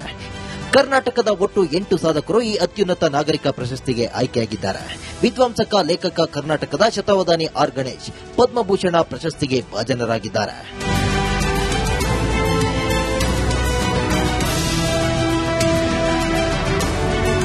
ಇವರ ಜೊತೆ ರಾಜ್ಯದ 7 ಸಾಧಕರಿಗೆ ಪದ್ಮಶ್ರೀ ಗೌರವ ಸಿಕ್ಕಿದೆ. ಸಮಾಜ ಸೇವೆಗಾಗಿ ಮಂಡ್ಯದ ಅಂಕೇಗೌಡ ಹಾಗೂ ಬೆಂಗಳೂರಿನ ಎಸ್ಜಿ ಸುಶೀಲಮ್ಮ, ಸಾಹಿತ್ಯ ಶಿಕ್ಷಣ ಕ್ಷೇತ್ರದ ಸಾಧನೆಗಾಗಿ ಪ್ರಭಾಕರ್ ಕೋರೆ ಹಾಗೂ ಶಶಿಶೇಖರ್ ವೆಂಪತಿಗೆ, ವಿಜ್ಞಾನ ಕ್ಷೇತ್ರದಲ್ಲಿ ಶುಭಾ ವೆಂಕಟೇಶ್ ಅಯ್ಯಂಗಾರ್, ಆರೋಗ್ಯ ಕ್ಷೇತ್ರದಲ್ಲಿ ಡಾಕ್ಟರ್ ಸುರೇಶ್ ಹನಗವಾಡಿ, ಉದ್ಯಮ ಕ್ಷೇತ್ರದಲ್ಲಿ ಟಿಟಿ ಜಗನ್ನಾಥನ್ಗೆ ಪದ್ಮಶ್ರೀ ಗೌರವ ಸಿಕ್ಕಿದೆ. ಪದ್ಮಶ್ರೀ ಪ್ರಶಸ್ತಿಗೆ ಭಾಜನರಾದ ರಾಜ್ಯದ ಕೆಲ ಸಾಧಕರ ಹಿನ್ನೆಲೆ ವಿಶಿಷ್ಟವಾಗಿದೆ. ಮಂಡ್ಯದ ಅಂಕೇಗೌಡ ಪುಸ್ತಕ ಪ್ರೇಮಿ, ದಾವಣಗೆರೆಯ ಸುರೇಶ್ ಹನಗವಾಡಿ ವೈದ್ಯರು ಹಾಗೂ ಬೆಂಗಳೂರಿನ ಎಚ್ಜಿ ಸುಶೀಲಮ್ಮ ಸಮಾಜ ಸೇವಕಿ. ಪುಸ್ತಕ ಪ್ರೇಮಿ ಮಂಡ್ಯದ ಹರಳಹಳ್ಳಿ ಗ್ರಾಮದ ನಿವಾಸಿ ಅಂಕೇಗೌಡ ವೃತ್ತಿಯಲ್ಲಿ ಬಸ್ ಕಂಡಕ್ಟರ್. ಬಸ್ ಕಂಡಕ್ಟರ್ ಆಗಿದ್ದುಕೊಂಡೇ ಸ್ನಾತಕೋತ್ತರ ಪದವಿ ಪಡೆದಿದ್ರು. ಪುಸ್ತಕ ಸಂಗ್ರಹಕ್ಕಾಗಿ ತಮ್ಮ ಜಮೀನು ಮಾರಾಟ ಮಾಡಿದ್ರು. ಅಷ್ಟೇ ಅಲ್ಲ, ಸ್ವಂತ ಮನೆ ಮಾರಿ 22 ಗುಂಟೆ ಜಾಗದಲ್ಲಿ ಪುಸ್ತಕ ಮನೆ ನಿರ್ಮಿಸಿದ್ದಾರೆ. ಇವರ ಗ್ರಂಥಾಲಯದಲ್ಲಿ 2 ಲಕ್ಷಕ್ಕೂ ಹೆಚ್ಚು ಪುಸ್ತಕ, 5,000ಕ್ಕೂ ಅಧಿಕ ನಿಘಂಟುಗಳನ್ನು ಸಂಗ್ರಹಿಸಿದ್ದಾರೆ. ಇವರ ಪುಸ್ತಕ ಮನೆಗೆ ಸಾರ್ವಜನಿಕರಿಗೆ ಉಚಿತ ಪ್ರವೇಶ ನೀಡಲಾಗಿದೆ. ನಾನು ಸತತವಾಗಿ 50 ವರ್ಷಗಳ ಕಾಲ ಇದನ್ನು ನಿರಂತರವಾಗಿ ನಾನು ಕಲೆಕ್ಟ್ ಮಾಡಿ ಪಬ್ಲಿಕ್ಗೆ ಇದನ್ನ ತೆರೆದಿಟ್ಟಿದ್ದೀನಿ. ನನ್ನನ್ನು ಗುರುಸಿ ಒಂದು ಕೇಂದ್ರ ಸರ್ಕಾರ ಆಗ್ಬೋದು, ಮೋದಿಜಿ ಗೌರವಾನ್ವಿತ ಮೋದಿಜಿ ಆಗ್ಬೋದು, ನನ್ನನ್ನು ಗುರುಸಿದಾರಲ್ಲ, ಖಂಡಿತ ಸಂತೋಷ ಆಗ್ತಾ ಇದೆ ಸರ್. ದಾವಣಗೆರೆಯ ಹರಿಹರ ತಾಲೂಕಿನ ಹನಗವಾಡಿ ಗ್ರಾಮದ ಸುರೇಶ್ ವೃತ್ತಿಯಲ್ಲಿ ವೈದ್ಯರು. ಹಿಮೋಫೀಲಿಯಾ ಪೀಡಿತರ ಪಾಲಿಗೆ ಡಾಕ್ಟರ್ ಸುರೇಶ್ ಆಶಾಕಿರಣವಾಗಿದ್ದಾರೆ. ಖುದ್ದು ಹಿಮೋಫೀಲಿಯಾ ರೋಗಿಯಾಗಿರುವ ಡಾಕ್ಟರ್ ಸುರೇಶ್ ವೈದ್ಯಕೀಯ ಕ್ಷೇತ್ರಕ್ಕೆ ಅಪಾರ ಕೊಡುಗೆ ನೀಡಿದ್ದಾರೆ. ಹಿಮೋಫೀಲಿಯಾ ಸೊಸೈಟಿ ಸ್ಥಾಪಿಸಿ ಸುಮಾರು 4 ದಶಕಗಳಿಂದ ಹಿಮೋಫೀಲಿಯಾ ಪೀಡಿತ ರೋಗಿಗಳಿಗೆ ಉಚಿತ ಚಿಕಿತ್ಸೆ ನೀಡುತ್ತಿದ್ದಾರೆ. ಇವರು ದಾವಣಗೆರೆಯ ಜೆಜೆಎಂ ಮೆಡಿಕಲ್ ಕಾಲೇಜಿನಲ್ಲಿ ಪ್ರಾಧ್ಯಾಪಕರಾಗಿ ಸೇವೆ ಸಲ್ಲಿಸುತ್ತಿದ್ದಾರೆ. ಇದು ಒಂದು ತುಂಬಾ ಅನಿರೀಕ್ಷಿತ, ನಾವು ಎಕ್ಸ್ಪೆಕ್ಟ್ ಮಾಡಿದ್ದಿಲ್ಲ. ಬೆಳಿಗ್ಗೆ ಫೋನ್ ಮಾಡಿ ಈ ತರದ ಇದಕ್ಕೆ ನೀವು ಇನ್ಕ್ಲೂಡ್ ಆಗಿದ್ದೀರಾ ಅಂತ ಹೇಳಿದಾಗ ನನಗೆ ನಂಬಕ್ಕೆ ಆಗಲಿಲ್ಲ. ನಂತರ ಕೊನೆಗೆ ಅದು ನನಗೆ ಅನಿಸ್ತು, ಸುಮಾರು 40 ವರ್ಷಗಳ ಪರಿಶ್ರಮಕ್ಕೆ ಕೇಂದ್ರ ಸರ್ಕಾರ ಗಮನಿಸಿ ಹುಡುಕಿ ನಮ್ಮ ಈ ಶ್ರಮಕ್ಕೆ ಒಂದು ಪ್ರತಿಫಲ ಕೊಡ್ತಾ ಇದೆಯಲ್ಲ ಅನ್ನೋ ಒಂದು ಸಂತೋಷ ಆಯಿತು. 1939ರ ಮೇ 24ರಂದು ಬೆಂಗಳೂರಿನಲ್ಲಿ ಜನಿಸಿದ ಎಚ್.ಜಿ. ಸುಶೀಲಮ್ಮ ಖ್ಯಾತ ಸಮಾಜ ಸೇವಕಿ. ಸುಮಂಗಲಿ ಸೇವಾ ಆಶ್ರಮ ಸ್ಥಾಪಿಸಿ ಮಹಿಳಾ ಸಬಲೀಕರಣ, ಶಿಶು ಸಂರಕ್ಷಣೆ ಮತ್ತು ಬಡವರ ಕಲ್ಯಾಣಕ್ಕಾಗಿ 5 ದಶಕಗಳಿಂದ ನಿಸ್ವಾರ್ಥ ಸೇವೆ ಸಲ್ಲಿಸಿದ್ದಾರೆ. ಮಹಿಳೆಯರಿಗೆ ಸ್ವಯಂ ಉದ್ಯೋಗ, ಮಹಿಳಾ ಸಂಘಟನೆಗಳಿಗೆ ಹೆಚ್ಚು ಆದ್ಯತೆ ನೀಡಿದ್ದಾರೆ. ಸಮಾಜ ನಮಗೆ ಸಾಕಷ್ಟು ಕೊಟ್ಟಿದೆ. ಸಾಕಷ್ಟು ಕೊಟ್ಟಿರೋದು ಹೇಗೆ ಕೊಟ್ಟಿದೆ? ಕೆಲಸ ಮಾಡೋ ಸಂಪಾದನೆ, ಆ ಸಂಪಾದನೆ ಎಲ್ಲಿಂದ ಬಂತು? ಸಮಾಜದಿಂದಾನೆ. ಆ ಸಮಾಜ ನಮಗೆ ಕೊಟ್ಟು ಬೆಳೆಸಿರೋದಕ್ಕೆ ಸಮಾಜ ಋಣ ತೀರಿಸಬೇಕಲ್ಲ, ಆ ತೀರಿಸಬೇಕು ಅಂತ ನಾನು ಹೇಳ್ತೇನೆ. ನಿಮ್ಮ ಕೈಲಾಗಿದ್ದ ಸಹಾಯವನ್ನ ಮಾಡಿ, ಬಡ ಮಕ್ಕಳಿಗೆ ವಿದ್ಯಾಭ್ಯಾಸಕ್ಕೆ ಕೊಡಿ, ಹೆಣ್ಮಕ್ಳಿಗೆ ಏನಾದ್ರು ಸಮಸ್ಯೆ ಆಯ್ತಂದ್ರೆ ಕೆಲಸದೇನು ವ್ಯವಸ್ಥೆ ಆದ್ರೆ ಮಾಡಿಸ್ಕೊಡಿ. ಈ ಸಾಧಕರ ಮುಡಿಗೆ ಪದ್ಮ ಪ್ರಶಸ್ತಿ ಏರಿರುವ ಕಾರಣಕ್ಕೆ ಈ ಪುರಸ್ಕಾರಕ್ಕೆ ಇನ್ನಷ್ಟು ತೂಕ ಬಂದಿದೆ. ಈ ಎಲೆಮರಿಯ ಕಾಯಿಗಳು ಸಮಾಜಕ್ಕೆ ಇನ್ನಷ್ಟು ನೆರವಾಗಲಿ, ಇನ್ನಷ್ಟು ಜನ ಇವರಿಂದ ಸ್ಫೂರ್ತಿ ಪಡೆಯಲಿ ಎಂಬುದು ಆಶಯ. Bureau report, republic Kannada. ನೋಡಿ, ಯಾರ್ಯಾರು ಯಾವ ಕ್ಷೇತ್ರದಲ್ಲಿ ಸಾಧನೆಯನ್ನ ಮಾಡಿದ್ದಾರೆ ಅಂತ ಹೇಳಿ ನಾವು ಕ್ವಿಕ್ ಆಗಿ ನೋಡ್ತಾ ಹೋಗೋಣ. ಕೆಲವರ ಹೆಸರನ್ನ ಮಾತ್ರ ನಿಮಗೆ ಹೇಳ್ತಾ ಹೋಗ್ತೀವಿ. ಅಂಕೇಗೌಡರು, ಮಂಡ್ಯ ಮೂಲದವರು, ಶಿಕ್ಷಣ ಸಾಹಿತ್ಯ ಕ್ಷೇತ್ರದಲ್ಲಿ ಅವರಿಗೆ ಬಂದಿರುವಂತಹ ಪದ್ಮಶ್ರೀ ಪುರಸ್ಕೃತ. ಲೈಬ್ರರಿಯನ್ನ ಮಾಡ್ತಾರೆ, ಉಚಿತವಾಗಿ ಅವರು ಲೈಬ್ರರಿಯನ್ನ ಮಾಡಿದ್ದು, ತಮ್ಮ ಜಮೀನನ್ನ ಮಾರ್ತಾರೆ, ಮಾರಿ ಅವರು ಆ ಹಣದಿಂದ ಲೈಬ್ರರಿಯನ್ನ ಮಾಡ್ತಾರೆ. ನೀವು ನಂಬಲ್ಲ, 20 ಲಕ್ಷ ಕಲೆಕ್ಷನ್ಸ್ ಇದೆ ಅವ್ರ ಹತ್ರ ಪುಸ್ತಕಗಳು. ಬೇರೆ ಬೇರೆ ದೇಶಗಳಿಂದ ಬಂದು ಇಲ್ಲಿ ಸ್ಟಡಿ ಮಾಡ್ಕೊಂಡು ಹೋಗ್ತಾರೆ. PhD ಮಾಡುವಂತವ್ರು, ಯಾರದೊಂದು ಹೈಯರ್ ಎಜುಕೇಶನ್ ಮಾಡುವಂತವ್ರು ಹೋಗಿ ಅಲ್ಲಿ ಆ ಪುಸ್ತಕವನ್ನ ನೋಡಿ ಓದ್ಕೊಂಡು ಬರ್ತಾರೆ. ಅವ್ರಿಗೆ ಪದ್ಮಶ್ರೀ ಪ್ರಶಸ್ತಿ ಸಿಕ್ಕಿದೆ. ಇನ್ನು ಡಾಕ್ಟರ್ ಸುರೇಶ್ ಹನಗವಾಡಿ ಅವರು ವೈದ್ಯಕೀಯ ಕ್ಷೇತ್ರದಲ್ಲಿ ಪದ್ಮಶ್ರೀ ಪ್ರಶಸ್ತಿ ಸಿಕ್ಕಿದೆ. ಉಚಿತವಾಗಿ ಅವರು ಟ್ರೀಟ್ಮೆಂಟ್ ಅನ್ನ ಕೊಡ್ತಾ ಇದ್ರು. ಬಹಳ ಹೆಮ್ಮೆ ಅನ್ಸುತ್ತೆ ಇವನ್ನ ನೋಡ್ತಾ ಇದ್ದಾಗೆ. ಮತ್ತೊಂದು ಕಡೆ ಸಮಾಜ ಸೇವೆಯನ್ನು ಸಲ್ಲಿಸ್ತಾ ಇದ್ದಂತಹ ಸಮಾಜ ಸೇವೆ ಕ್ಷೇತ್ರದಿಂದ ಎಸ್.ಜೆ. ಸುಶೀಲಮ್ಮ ಅವರಿಗೆ ಪದ್ಮಶ್ರೀ ಪ್ರಶಸ್ತಿ ಸಿಕ್ಕಿದೆ. ಇನ್ನು ಪ್ರಭಾಕರ್ ಕೋರೆ ಅವರು ಶಿಕ್ಷಣ ಮತ್ತು ಸಾಹಿತ್ಯ ಕ್ಷೇತ್ರದಲ್ಲಿ ಅವರಿಗೆ ಪದ್ಮಶ್ರೀ ಪ್ರಶಸ್ತಿ ಸಿಕ್ಕಿದೆ. ಶಶಿಶೇಖರ್ ವೆಂಪತಿ ಅವರು ಸಾಹಿತ್ಯ ಶಿಕ್ಷಣ ಕ್ಷೇತ್ರದಲ್ಲಿ ಅವರಿಗೆ ಪದ್ಮಶ್ರೀ ಪ್ರಶಸ್ತಿ ಸಿಕ್ಕಿರುವುದು. ಇನ್ನು ಶುಭಾ ವೆಂಕಟೇಶ್ ಅಯ್ಯಂಗರ್ ಅವರು ವಿಜ್ಞಾನ ಕ್ಷೇತ್ರದಲ್ಲಿ ಅವರಿಗೆ ಪದ್ಮಶ್ರೀ ಪ್ರಶಸ್ತಿ ಸಿಕ್ಕಿದೆ. ಇನ್ನು ಟಿ.ಟಿ. ಜಗನ್ನಾಥನ್ ಅವರು ಉದ್ಯಮ ಕ್ಷೇತ್ರದಲ್ಲಿ ಪ್ರೆಸ್ಟೀಜ್ ಗ್ರೂಪ್ ಅವರಿಗೆ ಈ ಒಂದು ಪದ್ಮಶ್ರೀ ಪ್ರಶಸ್ತಿ ಸಿಕ್ಕಿದೆ. ಶತವಾದಾನಿ ಆರ್ ಗಣೇಶ್ ಅವರು 18 ಭಾಷೆಗಳಲ್ಲಿ ಅವರು ತಮ್ಮ ಕಲೆಯನ್ನ ಪ್ರದರ್ಶನ ಮಾಡಿದ್ರು. ಕಲೆ ಕ್ಷೇತ್ರದಲ್ಲಿ ಅವರಿಗೆ ಪದ್ಮಭೂಷಣ ಸಿಕ್ಕಿದೆ. ಇವರಿಗೆ ಪದ್ಮಭೂಷಣ ಸಿಕ್ಕಿರೋದು. ಇನ್ನು ರೋಹಿತ್ ಶರ್ಮಾ ಕ್ರಿಕೆಟ್ ಪದ್ಮಶ್ರೀ ಪ್ರಶಸ್ತಿ. ಧರ್ಮೇಂದ್ರ ಸಿಂಗ್ ಡಿಯೋಲ್ ಕಲೆ ವಿಭಾಗದಲ್ಲಿ ಪದ್ಮವಿಭೂಷಣ ಸಿಕ್ಕಿರೋದು. ಮಮ್ಮಟ್ಟಿ ಅವರಿಗೆ ಕಲೆ ವಿಭಾಗದಲ್ಲಿ ಪದ್ಮಭೂಷಣ ಸಿಕ್ಕಿದೆ. ಆರ್ ಮಾಧವನ್ ಕಲೆ ಕ್ಷೇತ್ರದಲ್ಲಿ ಪದ್ಮಶ್ರೀ ಸಿಕ್ಕಿರೋದು. ಅಚ್ಯುತಾನಂದನ್ ಕೇರಳದ ಮಾಜಿ ಸಿಎಂ ಪದ್ಮವಿಭೂಷಣ ಸಿಕ್ಕಿದೆ. ಶಿಬು ಸೊರೇನ್ ಅವರು ಜಾರ್ಖಂಡ್ ಮಾಜಿ ಸಿಎಂ ಪದ್ಮಭೂಷಣ ಸಿಕ್ಕಿದೆ. ಇವರ ಒಟ್ಟು 100ಕ್ಕೂ ಹೆಚ್ಚು ಜನರಿಗೆ ಈ ಬಾರಿ ಈ ದೇಶದ ಅತ್ಯುನ್ನತ ಗೌರವ ಸಿಕ್ಕಿದೆ. ಕರ್ನಾಟಕ ಮೂಲದ 8 ಜನರಿಗೆ ಪದ್ಮಭೂಷಣ, ಒಬ್ಬರಿಗೆ, ಇನ್ನುಳಿದಂತ 7 ಜನರಿಗೆ ಪದ್ಮಶ್ರೀ ಪ್ರಶಸ್ತಿ ಗೌರವ ಸಿಕ್ಕಿದೆ. ಮುಂದಿನ ಸುದ್ದಿಯತ್ತ ಗಮನ ಕೊಡೋಣ. ಕರ್ನಾಟಕದಲ್ಲಿ ಬೈಕ್ ಟ್ಯಾಕ್ಸಿ ಸೇವೆಗಳ ಮೇಲಿನ ನಿಷೇಧದ ಬಗ್ಗೆ ಹೈಕೋರ್ಟ್ನಲ್ಲಿ ದೀರ್ಘಕಾಲದಿಂದ ವಿಚಾರಣೆ ನಡೀತಾ ಬರ್ತಾ ಇತ್ತು. ರ್ಯಾಪಿಡೋ, ಊಬರ್ ಮತ್ತು ಓಲಾ ಸೇರಿದಂತೆ ರೈಡ್ ಹೇಲಿಂಗ್ ಕಂಪನಿಗಳು ಬೈಕ್ ಟ್ಯಾಕ್ಸಿ ಸೇವೆಗಳನ್ನು ನಿಲ್ಲಿಸುವಂತೆ ಸರ್ಕಾರದ ಆದೇಶವನ್ನು ಪ್ರಶ್ನಿಸಿ ಹೈಕೋರ್ಟ್ಗೆ ಅರ್ಜಿಯನ್ನು ಸಲ್ಲಿಸಿತ್ತು. ಹೈಕೋರ್ಟ್ನ ಆ ನಿರ್ಬಂಧವನ್ನ ತೆಗೆದುಹಾಕಿದ ಬಳಿಕ ಇದೀಗ ಟ್ಯಾಕ್ಸಿ ಆಟೋ ಚಾಲಕರು ಕೆರಳಿ ಕೆಂಡವಾಗಿದ್ದಾರೆ. ಸಿದ್ದರಾಮಯ್ಯ ಸರ್ಕಾರಕ್ಕೆ ಕೆಲವು ಮನವಿಯನ್ನ ಮಾಡಿಕೊಂಡಿದ್ದಾರೆ. ಏನದು ಈ ರಿಪೋರ್ಟ್ ನೋಡಿ. ಯಾವುದೇ ಒಂದು ಯೆಲ್ಲೋ ಬೋರ್ಡ್ ಗಾಡಿ ಓಡಬೇಕಂದ್ರೆ ಬೈಕೇ ಆಗಿರ್ಲಿ, ಅದಕ್ಕೆ ಒಂದು ಬಣ್ಣ ಆಗಿರಬೇಕು. ಒಂದು ಹೆಂಗೆ ನಮ್ಮ ಆಟೋಗೆ ಗ್ರೀನ್ ಕಲರ್ ಇದೆ, ಅದಕ್ಕೆ ಆದ ಒಂದು ಯೂನಿಫಾರ್ಮ್ ಕಲರ್ ಆಗಬೇಕು. ಮತ್ತೆ ಅವರ ಡಿಎಲ್ಗಳು ಕೂಡ ವೈಟ್ ಪ್ಲೇಟ್ ಅಲ್ಲ, ಕಮರ್ಷಿಯಲ್ ಆಗಿರಬೇಕು. ಅದಕ್ಕೆ ಬ್ಯಾಡ್ಜ್ ಇರಬೇಕು. ಅವ್ರಿಗೂ ಕೂಡ ಒಂದು ಡಿಸ್ಪ್ಲೇನ ಕೊಡಬೇಕಾಗುತ್ತೆ. ಮತ್ತೆ ಹಾಗೆ ಅವರಿಗೆ ಯೆಲ್ಲೋ ಪ್ಲೇಟ್ ನ ಮಾಡಿಕೊಟ್ಟು ಹೇಗೆ ನಮ್ಗೆಲ್ಲ ಆಟೋ ಚಾಲಕರಿಗೆ ಮತ್ತೆ ಟ್ಯಾಕ್ಸಿ ಚಾಲಕರಿಗೆ ಇವರು ಕಮರ್ಷಿಯಲ್ ಟ್ಯಾಕ್ಸ್ ನ ತಗೊಂತಿದ್ದಾರೆ, ಸರ್ಕಾರ ಹಂಗೆ ಇವ್ರಿಗೂ ಕೂಡ ಕಮರ್ಷಿಯಲ್ ಟ್ಯಾಕ್ಸ್ ನ ಹಾಕಬೇಕಾಗುತ್ತೆ. ನೋಡಿ, ಈಗ ಈ ಟ್ಯಾಕ್ಸಿ ವರ್ಸಸ್ ಬೈಕ್ ಟ್ಯಾಕ್ಸಿ ವಿಚಾರವಾಗಿ ವಿಚಾರ ತಾರಕಕ್ಕೆ ಇರ್ತಾ ಇದೆ. ಕೋರ್ಟ್ ಏನೋ ಅನುಮತಿ ಕೊಟ್ಬಿಡ್ತು, ಹೈಕೋರ್ಟ್ ರಾಜ್ಯಾದ್ಯಂತ ಬೈಕ್ ಟ್ಯಾಕ್ಸಿ ಓಡಿಸಬಹುದು ಅಂತೇಳಿ. ಆದ್ರೆ ಈಗ ಈ ವಿಚಾರವಾಗಿ ಕಾನೂನು ರಚನೆಯ ಟೆನ್ಷನ್ ರಾಜ್ಯ ಸರ್ಕಾರಕ್ಕೆ ಶುರುವಾಗಿದೆ. ಆಟೋ ಟ್ಯಾಕ್ಸಿ ಮಾಲಕರಿಂದ ಹೊಸ ರಾಗ ಶುರುವಾಗಿದೆ. ಅವ್ರು ಕೇಳ್ತಿರೋದು ಕರೆಕ್ಟ್ ಆಗಿದೆ. ಯಾಕೆ ನಾವು ಎಲ್ಲೋ ಬೋರ್ಡ್ ಹಾಕೊಂಡು ಓಡಿಸ್ತಿಲ್ವಾ? ಎಲ್ಲೋ ಬೋರ್ಡ್ ತರ ನಾವೆಲ್ಲ ಅವ್ರಿಗೂ ಕೂಡ ಎಲ್ಲೋ ಬೋರ್ಡು. ಯಾಕೆ ವೈಟ್ ಬೋರ್ಡ್ ನಲ್ಲಿ ಬೈಕ್ ಟ್ಯಾಕ್ಸಿ ಸೇವೆ ಮಾಡೋದು ಬೇಡ, ಅದು ಪರ್ಮಿಷನ್ ಕೊಬಿಡಿ. ಒಂದ್ ಕಡೆ ಅವರು ಕಂಪ್ನಿಗೆ ಹೋಗ್ತಾರೆ ಅಥವಾ ಎಲ್ಲೋ ಒಂದ್ ಕಡೆ ಕೆಲ್ಸಕ್ಕೆ ಹೋಗ್ತಿರ್ತಾರೆ, ಕೆಲಸ ಮಾಡ್ಕೊಂಡ್ ಬರ್ತಾರೆ, ಅವ್ರದೇ ಬೈಕ್ ಅಲ್ಲಿ ವೈಟ್ ಬೋರ್ಡ್ ಹಾಕೊಂಡು ಬೈಕ್ ಟ್ಯಾಕ್ಸಿ ಓಡಿಸ್ತಾ ಇರ್ತಾರೆ. ಇದು ಹೇಗೆ? ನಮ್ಗನ್ನೇ ಆಗತ್ತೆ ರೀ. ಇವತ್ತು ಆಟೋ ಚಾಲಕರಿಗೆ ಸಮಸ್ಯೆ ಆಗತ್ತೆ, ಇದರಿಂದ ದೊಡ್ಡ ಸಮಸ್ಯೆ ಆಗತ್ತೆ. ಇವತ್ತು ಆಟೋವನ್ನ ದಿನಗೂಲಿಗೆ ತಗೊಂಡ್ಬರ್ತಾರೆ, 300 ರೂಪಾಯಿ 400 ರೂಪಾಯಿ ಬಾಡಿಗೆಗೆ ತಗೊಂಡ್ಬರ್ತಾರೆ. ಇವತ್ತು ಅದು ಜಾಸ್ತಿ ಆಗಿರ್ಬೋದೇನೋ, 600 ರೂಪಾಯಿ 700 ರೂಪಾಯಿ ಬಾಡಿಗೆ ಕೊಟ್ಟು ದಿನಕ್ಕೆ ಆಟೋ ತಗೊಂಡ್ಬಂದು ದಿನ ಪೂರ್ತಿ ಓಡಿಸಿ ಆ 800 ರೂಪಾಯಿ ಬಾಡಿಗೆ ಕಟ್ಟಬೇಕು, ಇವ್ರ ಮನೆ ಬಾಡಿಗೆ ಕಟ್ಕೋಬೇಕು. ಆಟೋದವ್ರಿಗೆ ಕೇಳೋರು ಯಾರು? ಕೇಳಿದ್ರೆ ತಪ್ಪಿಲ್ಲ, ಕೇಳ್ತಿದ್ದಾರೆ. ಇದೊಂದು ಕಾನೂನು ಮಾಡಬೇಕು ಅಂತೇಳಿ ಹೈಕೋರ್ಟ್ ಇಂದ ಅನುಮತಿ ಸಿಕ್ಕಿದೆ, ಓಕೆ. ಆದ್ರೆ ಒಂದಷ್ಟು ಕಂಡೀಷನ್ಸ್ ಹಾಕಬೇಕಾಗುತ್ತೆ. ಬೈಕ್ ಟ್ಯಾಕ್ಸಿ ಅವರು ಎಲ್ಲೋ ಬೋರ್ಡ್ ಹಾಕೊಂಡು ಹೋಗ್ಬೇಕು, ಪ್ರತ್ಯೇಕವಾಗಿ ಬಣ್ಣ ಇರಬೇಕು. ಯಾಕೆ ಇವತ್ತು ಒಂದಷ್ಟು ಯಾವುದೋ ಒಂದು ಬೈಕ್ಗಳು ಬಂದ್ವಪ್ಪ, ಅದಕ್ಕೆಲ್ಲ ಪ್ರತ್ಯೇಕವಾಗಿ ಬಣ್ಣಗಳಿರ್ಲಿಲ್ವಾ? ಹಂಗೆ ಬೈಕ್ ಟ್ಯಾಕ್ಸಿಯವರು ಅವ್ರಿಗೆ ಬಣ್ಣ ಇರಬೇಕು. ಯಾಕೆ ನಿಮ್ಗೆ ಕಾರು ಮ್ಯಾಕ್ಸಿ ಕ್ಯಾಬ್ಗಳಿಗೆ ಅದಕ್ಕೆ ಆದಂತ ಒಂದು ಮೇಲ್ಗಡೆ ಇದಿರಬೇಕು, ಲೈಟ್ ಇರಬೇಕು, ಅದರಲ್ಲಿ ಎಮರ್ಜೆನ್ಸಿ ಕಾಷನ್ ಕೊಡುವಂತದ್ದು ಇರಬೇಕು, ಸಿಸಿ ಕ್ಯಾಮೆರಾಗಳು ಹಾಕಿರಬೇಕು, ಅವ್ರಿಗೆ ಯೂನಿಫಾರ್ಮ್ ಇರಬೇಕು, ವೈಟ್ ಯೂನಿಫಾರ್ಮ್ ಅಲ್ಲೇ ಇರಬೇಕು. ಪ್ರತಿ ವರ್ಷಕ್ಕೊಂದ್ಸರಿ ಕಾರ್ನ FC ಚೆಕ್ ಮಾಡಿಸ್ಕೊಬೇಕು, RTO ಹಲಿಬೇಕು. ಇದೆಲ್ಲ ರೂಲ್ಸ್ ಇದೆ ಅವ್ರಿಗೆ. ಇನ್ನು ಆಟೋದವ್ರಿಗೆ ಅವರು ಯೂನಿಫಾರ್ಮ್ ಹಾಕಬೇಕು, ಮೀಟರ್ ಹಾಕಬೇಕು. ಅದರಲ್ಲಿ ಯಾವುದು ನಿಮಗೆ ಎಕ್ಸ್ಟ್ರಾ ಅಡಿಷನಲ್ ಏನೋ ಆಡ್ ಆನ್ ಮಾಡಬಾರ್ದು. ಆಟೋದವರು ಡಿಮ್ಯಾಂಡ್ ಮಾಡಬಾರ್ದು, ಡಬಲ್ ಕೇಳಬಾರ್ದು, ಟ್ರಿಬಲ್ ಕೇಳಬಾರ್ದು. ಆಟೋದವರು ಯಾರೇ ಬಂದು ಪ್ರಯಾಣಿಕರು ಕೇಳಿದಾಗ ಅವ್ರು ಅಲ್ಲಿ ಹೋಗಬೇಕು ಅಂತೇಳಿ ಆಟೋದವ್ರು ಕಂಡೀಷನ್ ಹಾಕ್ತೀರಿ. ಹಾಕಿ ಬೈಕ್ ಟ್ಯಾಕ್ಸಿ ಅವ್ರಿಗೊಂದು ಸಮವಸ್ತ್ರ ಕೊಡಿ, ಅವ್ರನ್ನು ಕಮರ್ಷಿಯಲ್ ಟ್ಯಾಕ್ಸ್ ಅಂತ ಮಾಡಿ. ಇವ್ರಿಗೆಲ್ಲ ಕಮರ್ಷಿಯಲ್, ಅವ್ರು ಮಾತ್ರ ಕಮರ್ಷಿಯಲ್ ಇಲ್ವಾ? ಯಾಕೆ?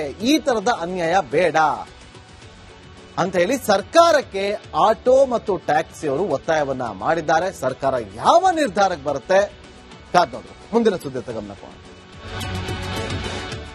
ಪದೇ ಪದೇ ಭಾರತದ ವಿರುದ್ಧ ಖ್ಯಾತೆ ತೆಗೆಯುತ್ತಿದ್ದ ಪಾಕಿಸ್ತಾನಕ್ಕೆ ಬುದ್ಧಿ ಬಂದಿದೆ. ವಿಶ್ವಕಪ್ನಿಂದ ಹೊರಗುಳಿಯುತ್ತೀವಿ ಅನ್ನುತ್ತಿದ್ದ ಪಾಕಿಗಳಿಗೆ ಅಮಿತ್ ಶಾ ಮಗ ಪಾಠ ಕಲಿಸಿದ್ದಾರೆ. ಇಷ್ಟಕ್ಕೂ ಪಾಕಿಸ್ತಾನಕ್ಕೆ ಎದುರಾದ ಭಯ ಏನ್ ಗೊತ್ತಾ? ಹೇಳ್ತೀವಿ, ಇಷ್ಟೋ ನೋಡ್ಕೊಂಡ್ಬನ್ನಿ.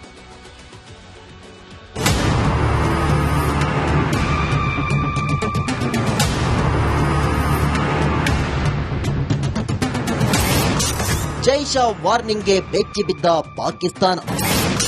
ಬಹಿಷ್ಕರಿಸ್ತೀವಿ ಅಂದವರು ತಂಡವನ್ನೇ ಘೋಷಿಸಿದ್ರು. ಎಲ್ಲದಕ್ಕೂ ಒಂದು ಮಿತಿ ಇರುತ್ತೆ. ನಾವು ಭಾರತದಲ್ಲಿ ಆಟ ಆಡಲ್ಲ ಅಂತ ಪಾಕಿಸ್ತಾನ ಹೇಳಿದ್ದಕ್ಕೆ ಅದರ ಪಂದ್ಯಗಳನ್ನ ಶ್ರೀಲಂಕಾಗೆ ಶಿಫ್ಟ್ ಮಾಡಲಾಗಿತ್ತು. ಆದರೆ ಪಾಕಿಸ್ತಾನದ ಬಾಲ ಬಾಂಗ್ಲಾದೇಶವು ಖ್ಯಾತೆ ತೆಗೆಯಿತು. ನಾವು ಭಾರತದಲ್ಲಿ ಮ್ಯಾಚ್ ಆಡಲ್ಲ ಅಂತು ಆ ಬೇಡಿಕೆಗೆ ಸೊಪ್ಪು ಹಾಕದ ICC ಹಚ ಅಂತ ಬಾಂಗ್ಲಾದೇಶವನ್ನ T20 ವಿಶ್ವಕಪ್ನಿಂದ ಓಡಿಸಿದೆ. ಬಾಂಗ್ಲಾದೇಶ ಹೊರಬಿದ್ದಿದ್ದಕ್ಕೆ ಕೆರಳಿದ ಪಾಕಿಸ್ತಾನ. ಈ ವಿವಾದದ ಆರಂಭದಿಂದಲೂ ಬಾಂಗ್ಲಾದೇಶದ ಜೊತೆ ನಿಂತಿರೋದು ಪಾಕಿಸ್ತಾನ. ಇದೀಗ ಬಾಂಗ್ಲಾವನ್ನ ಓಡಿಸಿದ ಬೆನ್ನಲ್ಲೇ ಪಾಕಿಗಳು ಕೂಡ ವಿಶ್ವಕಪ್ ಬಹಿಷ್ಕರಿಸುವುದಾಗಿ ಹೇಳಿಕೊಂಡಿದ್ರು. ಆದರೆ ಪಾಕಿಗಳು ಹಿಂದೆ ಸರಿದ್ರೆ ಆ ದೇಶದ ಕ್ರಿಕೆಟ್ ಮಂಡಳಿಯ ಮೇಲೆ ಕಠಿಣ ನಿರ್ಬಂಧಗಳನ್ನ ವಿಧಿಸಲು ICC ಸಿದ್ಧವಾಗಿತ್ತು.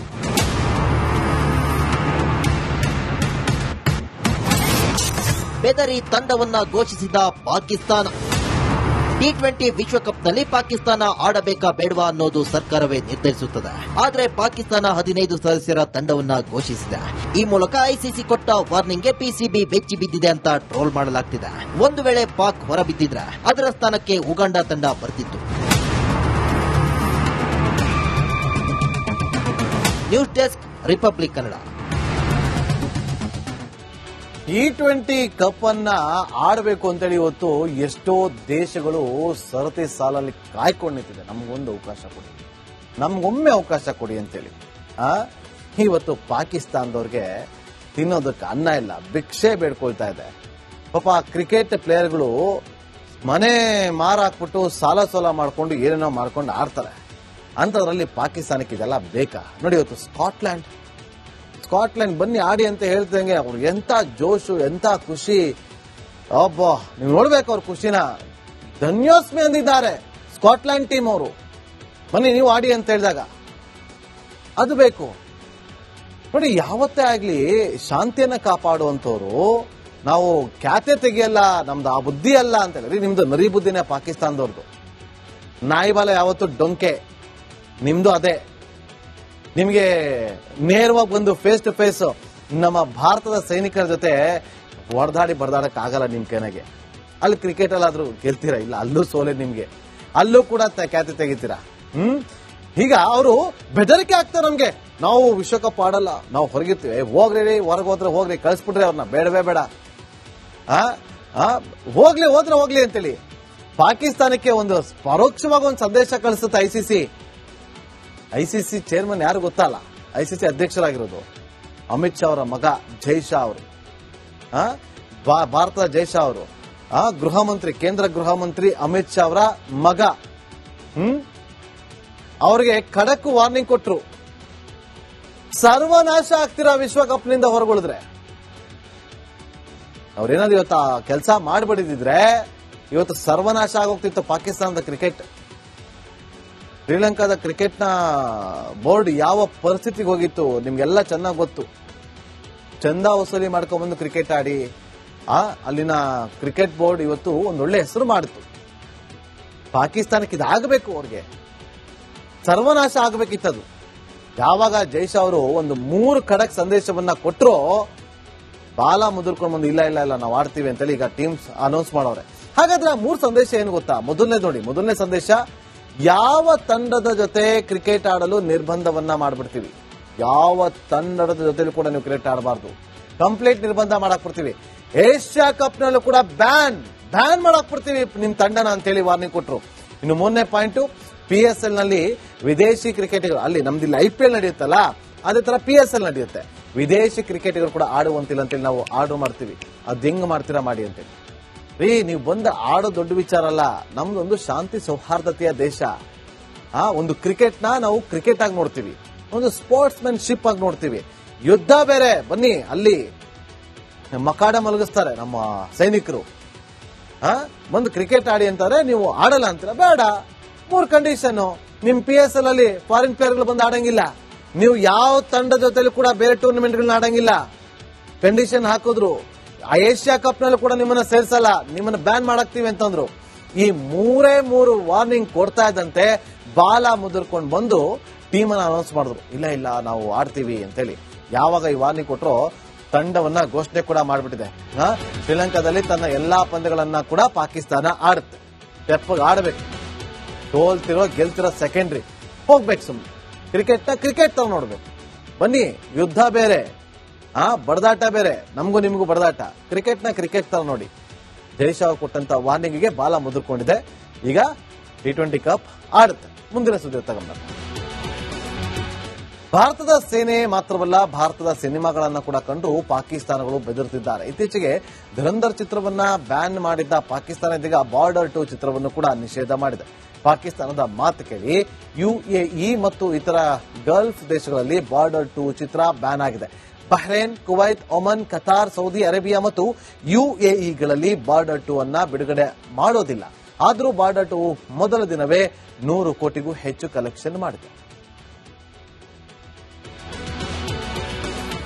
ಇವರ ಬಣ್ಣ ಹೆಂಗೆಲ್ಲ ಬಯಲು ಮಾಡಬೇಕೋ ಆ ಕೆಲಸವನ್ನ ಭಾರತ ಮಾಡ್ತಾ ಇದೆ. ಉರಿ ಫಿಲಂ ನೋಡಿದ್ರಿ, ಅವರು ಹೇಗೆ ಮಣ್ಣು ಮುಗಿಸಿದ್ರು ಅಂತೇಳಿ ನೀವು ನೋಡಿದ್ರಿ. ಸರ್ಜಿಕಲ್ ಸ್ಟ್ರೈಕ್ ಹೇಗೆ ಮಾಡಿದ್ರು ಅಂತೇಳಿ. ಬಾರ್ಡರ್ ಸಿನಿಮಾ ಕೂಡ ನೀವು ನೋಡಿದ್ರಿ. ಈಗ ಬಾರ್ಡರ್ 2 ಸಿನಿಮಾದಲ್ಲೂ ಕೂಡ ನಿಮಗೆ ಗೊತ್ತಾಗುತ್ತೆ. ಧುರಂಧರ್ ಸಿನಿಮಾದಲ್ಲಿ ಸ್ಪೈಗಳು ಹೇಗಿರ್ತಾರೆ, ಎಷ್ಟು ಕಷ್ಟಪಡ್ತಾರೆ, ಎಷ್ಟು ನರಕವನ್ನ ಅನುಭವಿಸ್ತಾರೆ ಅನ್ನೋದನ್ನ ಕೂಡ ನೀವು ನೋಡಿದ್ರಿ. ಯಾವಾಗ ಈ ಬಾರ್ಡರ್ 2 ಸಿನಿಮಾ ತೆರೆ ಮೇಲೆ ಬಂದಿತ್ತು, ಸತ್ಯ ಘಟನೆ ಆಧಾರಿತ ಸಿನಿಮಾ ಇದು. ಅದನ್ನ ನೋಡಿ ಪಾಕಿಸ್ತಾನ ಗಡ ಗಡ ಗಡ ಗಡ ಅಂತ ನಡುಗೋಗಿದೆ. ಅದರ ಆರ್ಭಟ ನೋಡಿ ಆಸಿಮ್ ಮುನೀರ್ ಬೆಚ್ಚಿ ಬಿದ್ದಿದ್ದಾನೆ. ಇಡೀ ಪಾಕಿಸ್ತಾನದಲ್ಲಿ ಬಾರ್ಡರ್ 2 ಸಿನಿಮಾವನ್ನ ಮುಲ್ಲಾ ಮುನೀರ್ ನಿಷೇಧವನ್ನ ಮಾಡಿದ್ದಾನೆ. ಭಾರತ ಪಾಕಿಸ್ತಾನದ ಯುದ್ಧವನ್ನ ಆಧರಿಸಿ ಈ ಸಿನಿಮಾ ಆಗಿರೋದು. ಸತ್ಯವನ್ನಾಗಿ ತೋರಿಸಿರುವಂತಹ ಸಿನಿಮಾ. ನಿಮ್ಮ ನರಿ ಬುದ್ಧಿ, ನಿಮ್ಮ ಕುತಂತ್ರ ಎಲ್ಲವನ್ನು ಕೂಡ ಸಿನಿಮಾದಲ್ಲಿ ಯಥಾವತ್ತಾಗಿ ತೋರಿಸಿದೀವಿ. ಗೊತ್ತಾಗ್ಬಿಡ್ತಲ್ಲ ಎಲ್ರಿಗೂ, ಅದಕ್ಕೆ ಬ್ಯಾನ್ ಮಾಡ್ಬಿಟ್ಟವ್ರೆ. ಮಂಕು ತಿಮ್ಮಗಳ ನಿಮಗೇನು ಗೊತ್ತು? 1971 ಯುದ್ಧದ ಸತ್ಯ ಘಟನೆ ಆಧಾರಿತವಾಗಿರೋದು ಸಿನಿಮಾ ಬಾರ್ಡರ್ 2. ಸನ್ನಿ ಡಿಯೋಲ್, ದಿಲ್ಜಿತ್ ದೋಸಾಂಜ್, ವರುಣ್ ಧವನ್ ಅವರ ನಟನೆ ಮಾಡಿರುವಂತಹ ಸಿನಿಮಾ ಇದು. 1971ರಲ್ಲಿ ಪಾಕಿಸ್ತಾನವನ್ನ ಬಗ್ಗು ಬರೆದಿತ್ತಲ್ಲ ನಮ್ಮ ಹೆಮ್ಮೆಯ ಸೇನೆ, ಅದರ ನೈಜ ಆಧಾರಿತ ಸಿನಿಮಾ ಇದು. ಭಾರಿ ಮೆಚ್ಚುಗೆ ವ್ಯಕ್ತವಾಗಿದೆ. ಮೊನ್ನೆ KL ರಾಹುಲ್ ಅವರು ಅದೊಂದು ಟ್ವೀಟ್ ಅನ್ನ ಮಾಡಿದ್ರು, ನೋಡಿದ್ರಲ್ಲ? ನಾನು ಸಿನಿಮಾ ನೋಡ್ಬೇಕು ಅಂದ್ರೆ ಇವರು ಯಾರು ದಿಲ್ಜಿತ್ ಅವರು ಯಾರೋ ಒಂದು ಇದಕ್ಕೆ ಕಮೆಂಟ್ ಮಾಡ್ಬೇಕು ಅಂತ ಹೇಳಿ ನಾನು 2 ಸಲ ನೋಡ್ತೀನಿ ಅಂತ ಹೇಳಿದ್ರು. ನಾನು ಕಮೆಂಟ್ ಮಾಡಿದ್ದೀನಿ, ನೀವು 100 ಸಲ ನೋಡಿ ಅಂತ. ಇದು ಭಾರತ. ನಮ್ಮ ಹೆಮ್ಮೆ ಸೈನಿಕರು ಮಾಡಿದಂತ ಅವತ್ತಿನ ಕೆಲಸವನ್ನ ತೋರಿಸೋದೆ ನಮ್ಮ ಹೆಮ್ಮೆ. ಅದನ್ನ ನೋಡೋದು ನಮ್ಮ ಕರ್ತವ್ಯ. ನಾವು ಮಾಡ್ತೀವಿ, ತಲೆ ಕೆಡಿಸ್ಕೊಂಡಿ. ಪಾಕಿಸ್ತಾನ ಏನು ನೋಡ್ಲಿಲ್ಲ ಅಂತಾರೆ ಏನು ನಮ್ಗೇನು ಲಾಸ್ ಆಗಲ್ಲ. ನಾವೇ 10 ಸಲ ಸಿನಿಮಾವನ್ನ ನೋಡ್ತೀವಿ. ನಮ್ಮ ದೇಶಕ್ಕೆ ಸಂಬಂಧಪಟ್ಟಂತ ಸಿನಿಮಾ, ನಮ್ಮ ಸೈನಿಕರಿಗೆ ಸಂಬಂಧಪಟ್ಟಂತ ಸಿನಿಮಾ, ನಮ್ಮ ಹೆಮ್ಮೆಯ ಸೈನಿಕರ ಪೌರುಷದ ಸಂದರ್ಭದ ಸಿನಿಮಾ. ಭಾರಿ ಮೆಚ್ಚುಗೆ ವ್ಯಕ್ತ ಆಗಿದೆ. ಮೊದಲ ದಿನವೇ 100 ಕೋಟಿ ಕಲೆಕ್ಷನ್ ಆಗಿದೆ. ಭಾರತ ಸೇರಿದಂತೆ ವಿದೇಶದಲ್ಲೂ ಕೂಡ ಬಾರ್ಡರ್ 2 ರಿಲೀಸ್ ಆಗ್ತಾ ಇದೆ. ಆಂಟಿ ಪಾಕಿಸ್ತಾನ ಅಂತ ಹೇಳಿ ಮುನೀರ್ ಚಿತ್ರವನ್ನ ನಿಷೇಧ ಮಾಡಿದ್ದಾನೆ. ಇನ್ನೇನ್ ಮಾಡಕ್ಕಾಗತ್ತ ಅವನಿಗೆ? ಅವನ ಕೈಯಲ್ಲಿ ಇದನ್ನೇ ಮಾಡಕ್ಕಾಗೋದು, ಬೇರೆ ಏನು ಮಾಡಕ್ಕಾಗಲ್ಲ. ಅದೇನ್ ಹೇಳ್ತಾರಲ್ಲ, ಕಿಸ್ಸಕ್ಕಾಗಲ್ಲ ಅಂತೇಳಿ. ಹಂಗೆ ಯುದ್ಧದಲ್ಲಿ ಸೋತಿತ್ತು ಪಾಕಿಸ್ತಾನ ಅವತ್ತು, ಅದನ್ನೇ ತೋರಿಸಿದ್ದೀವಿ ಯಥಾವತ್ತಾಗಿ. ಪಾಕ್ ಅಲ್ಲದೆ 6 ದೇಶಗಳಲ್ಲಿ ಬಾರ್ಡರ್ 2 ಸಿನಿಮಾ ಬ್ಯಾನ್ ಆಗಿದೆ. ಆಗ್ಲಿ ಬಿಡಿ, Bahrain, Kuwait, Oman, Qatar, Saudi Arabia ಎಲ್ಲಾ ಕಡೆನೂ ಬ್ಯಾನ್ ಮಾಡ್ಕೊಡ್ರಿ, ನಮ್ಗೇನಾಗಬೇಕು? ನಮ್ಮ ದೇಶ, ನಮ್ಮ ತಾಕತ್ತು, ನಮ್ಮ ಸೈನಿಕರ ಶಕ್ತಿ ಅನ್ನೋದು ಇಡೀ ಜಗತ್ತಿಗೆ ಗೊತ್ತಾಗಿದೆ. ನಿಮ್ ಸಿನಿಮಾದಲ್ಲಿ ತೋರಿಸಿದೀವಿ ಅವತ್ತೇನಾಯ್ತು ಅಂತೇಳಿ. ತಾಕತ್ತಿದ್ರೆ ಸಿನಿಮಾವನ್ನ ನೋಡಿ, ಅದು ಬಿಟ್ಟು ಬ್ಯಾನ್ ಮಾಡೋದಲ್ಲ. UAE ದೇಶಗಳಲ್ಲಿ ಬಾರ್ಡರ್ 2 ಸಿನಿಮಾ ಬ್ಯಾನ್ ಆಗಿದೆ. ಇತ್ತೀಚೆಗೆ ಧುರಂಧರ್ ಚಿತ್ರವನ್ನ ಕೂಡ ನಿಷೇಧ ಮಾಡಿತ್ತು ಪಾಕಿಸ್ತಾನ. ಅವ್ರ ಬುದ್ಧಿನ ತೋರ್ಸಕ್ ಹೋದ್ರೆ ಅದನ್ನೇ ಮಾಡೋದು. ಅವ್ರ ಕೈಲಿ ಬ್ಯಾನ್ ಅಷ್ಟೇ ಮಾಡಕ್ಕಾಗೋದು, ಬೇರೆ ಏನು ಮಾಡಕ್ಕಾಗಲ್ಲ. ಅಂದ್ರೆ ಬೇರೆ ಏನು ಕಿಸ್ಸಕ್ಕಾಗಲ್ಲ ಅಷ್ಟೇ. ನಮ್ಮ ಸೈನ್ಯ, ನಮ್ಮ ಭಾರತ, ನಮ್ಮ ಹೆಮ್ಮೆ ಅಷ್ಟೇ. ಮುಂದಿನ ಸುದ್ದಿ ಗಮನ ಕೊಡೋಣ. ಇರಾನ್ ನಲ್ಲಿ ದೀಪಾವಳಿ ಮಾಡಲು ಅಮೆರಿಕ ಸಜ್ಜಾಗಿದೆ. ಟ್ರಂಪ್ ಹುಕುಂ ಕೊಟ್ಟರೆ ಸಾಕು ಅಮೆರಿಕ ಸೇನೆ ದಾಳಿ ಮಾಡುತ್ತಂತೆ. ಇವತ್ತು ಇರಾನ್ ಪಾಲಿಗೆ ನಿರ್ಣಾಯಕ ದಿನ ಅಂತ ಹೇಳಲಾಗ್ತಾ ಇದೆ.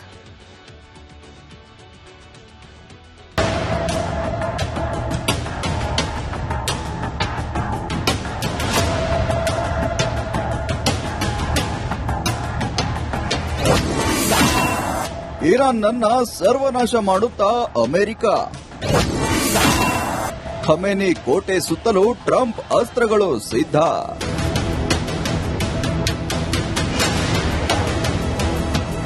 ಹುಚ್ಚು ತೊರೆ ಸ್ವಯಂ ಘೋಷಿತ ಶಾಂತಿದೂತ ಡೊನಾಲ್ಡ್ ಟ್ರಂಪ್ ಯುದ್ಧದ ಮೂಡ್ನಲ್ಲಿದ್ದಾರೆ. ಇರಾನ್ನನ್ನ ಅಮೆರಿಕ ಸೇನೆ ಸುತ್ತುವರೆದಿದೆ. ಖಮೇನಿ ಸರ್ಕಾರವನ್ನ ಕೆಡವಲು ಹವಣಿಸುತ್ತಿದೆ. ಜನೂನ್ ಏರ್ಬೇಸ್ನಲ್ಲಿ ಗ್ಲೋಬ್ ಮಾಸ್ಟರ್ F-15 ಅಂತ ಕಿಲ್ಲರ್ ಫೈಟರ್ಗಳು ಸಜ್ಜಾಗಿ ನಿಂತಿವೆ. ಟ್ರಂಪ್ ಹುಕುಂ ಕೊಟ್ಟರೆ ಇರಾನ್ನ ಮೇಲೆ ದೊಡ್ಡ ಮಟ್ಟದ ದಾಳಿ ಫಿಕ್ಸ್.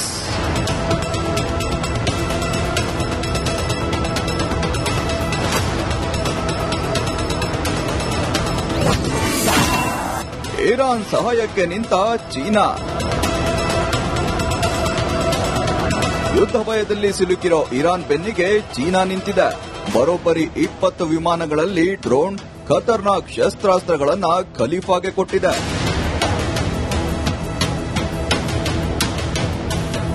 ಚೀನಿ ಶಸ್ತ್ರಾಸ್ತ್ರಗಳನ್ನ ನಂಬಿ ಈಗಾಗಲೇ ಪಾಕಿಸ್ತಾನ ಹಾಳಾಗಿದೆ. ಆಪರೇಷನ್ ಸಿಂಧೂರ ಕಾಲದಲ್ಲಿ ಭಾರತದ ಹೊಡೆತಕ್ಕೆ ನಲುಗಿ ಮಂಡಿಯೂರಿ ಜೀವ ಭಿಕ್ಷೆ ಬೇಡಿದೆ. ಆದ್ದರಿಂದ ಒಂದು ವೇಳೆ ಅಮೆರಿಕ ದಾಳಿ ಮಾಡಿದ್ರೆ ಇರಾನ್ ಸುಟ್ಟು ಭಸ್ಮವಾಗುತ್ತೆ.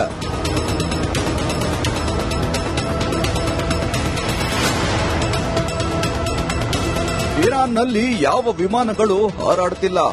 ಏಕಾಏಕಿ ಇರಾನ್ ತನ್ನ ಏರ್ ಸ್ಪೇಸ್ ಅನ್ನ ಬಂದ್ ಮಾಡಿದೆ.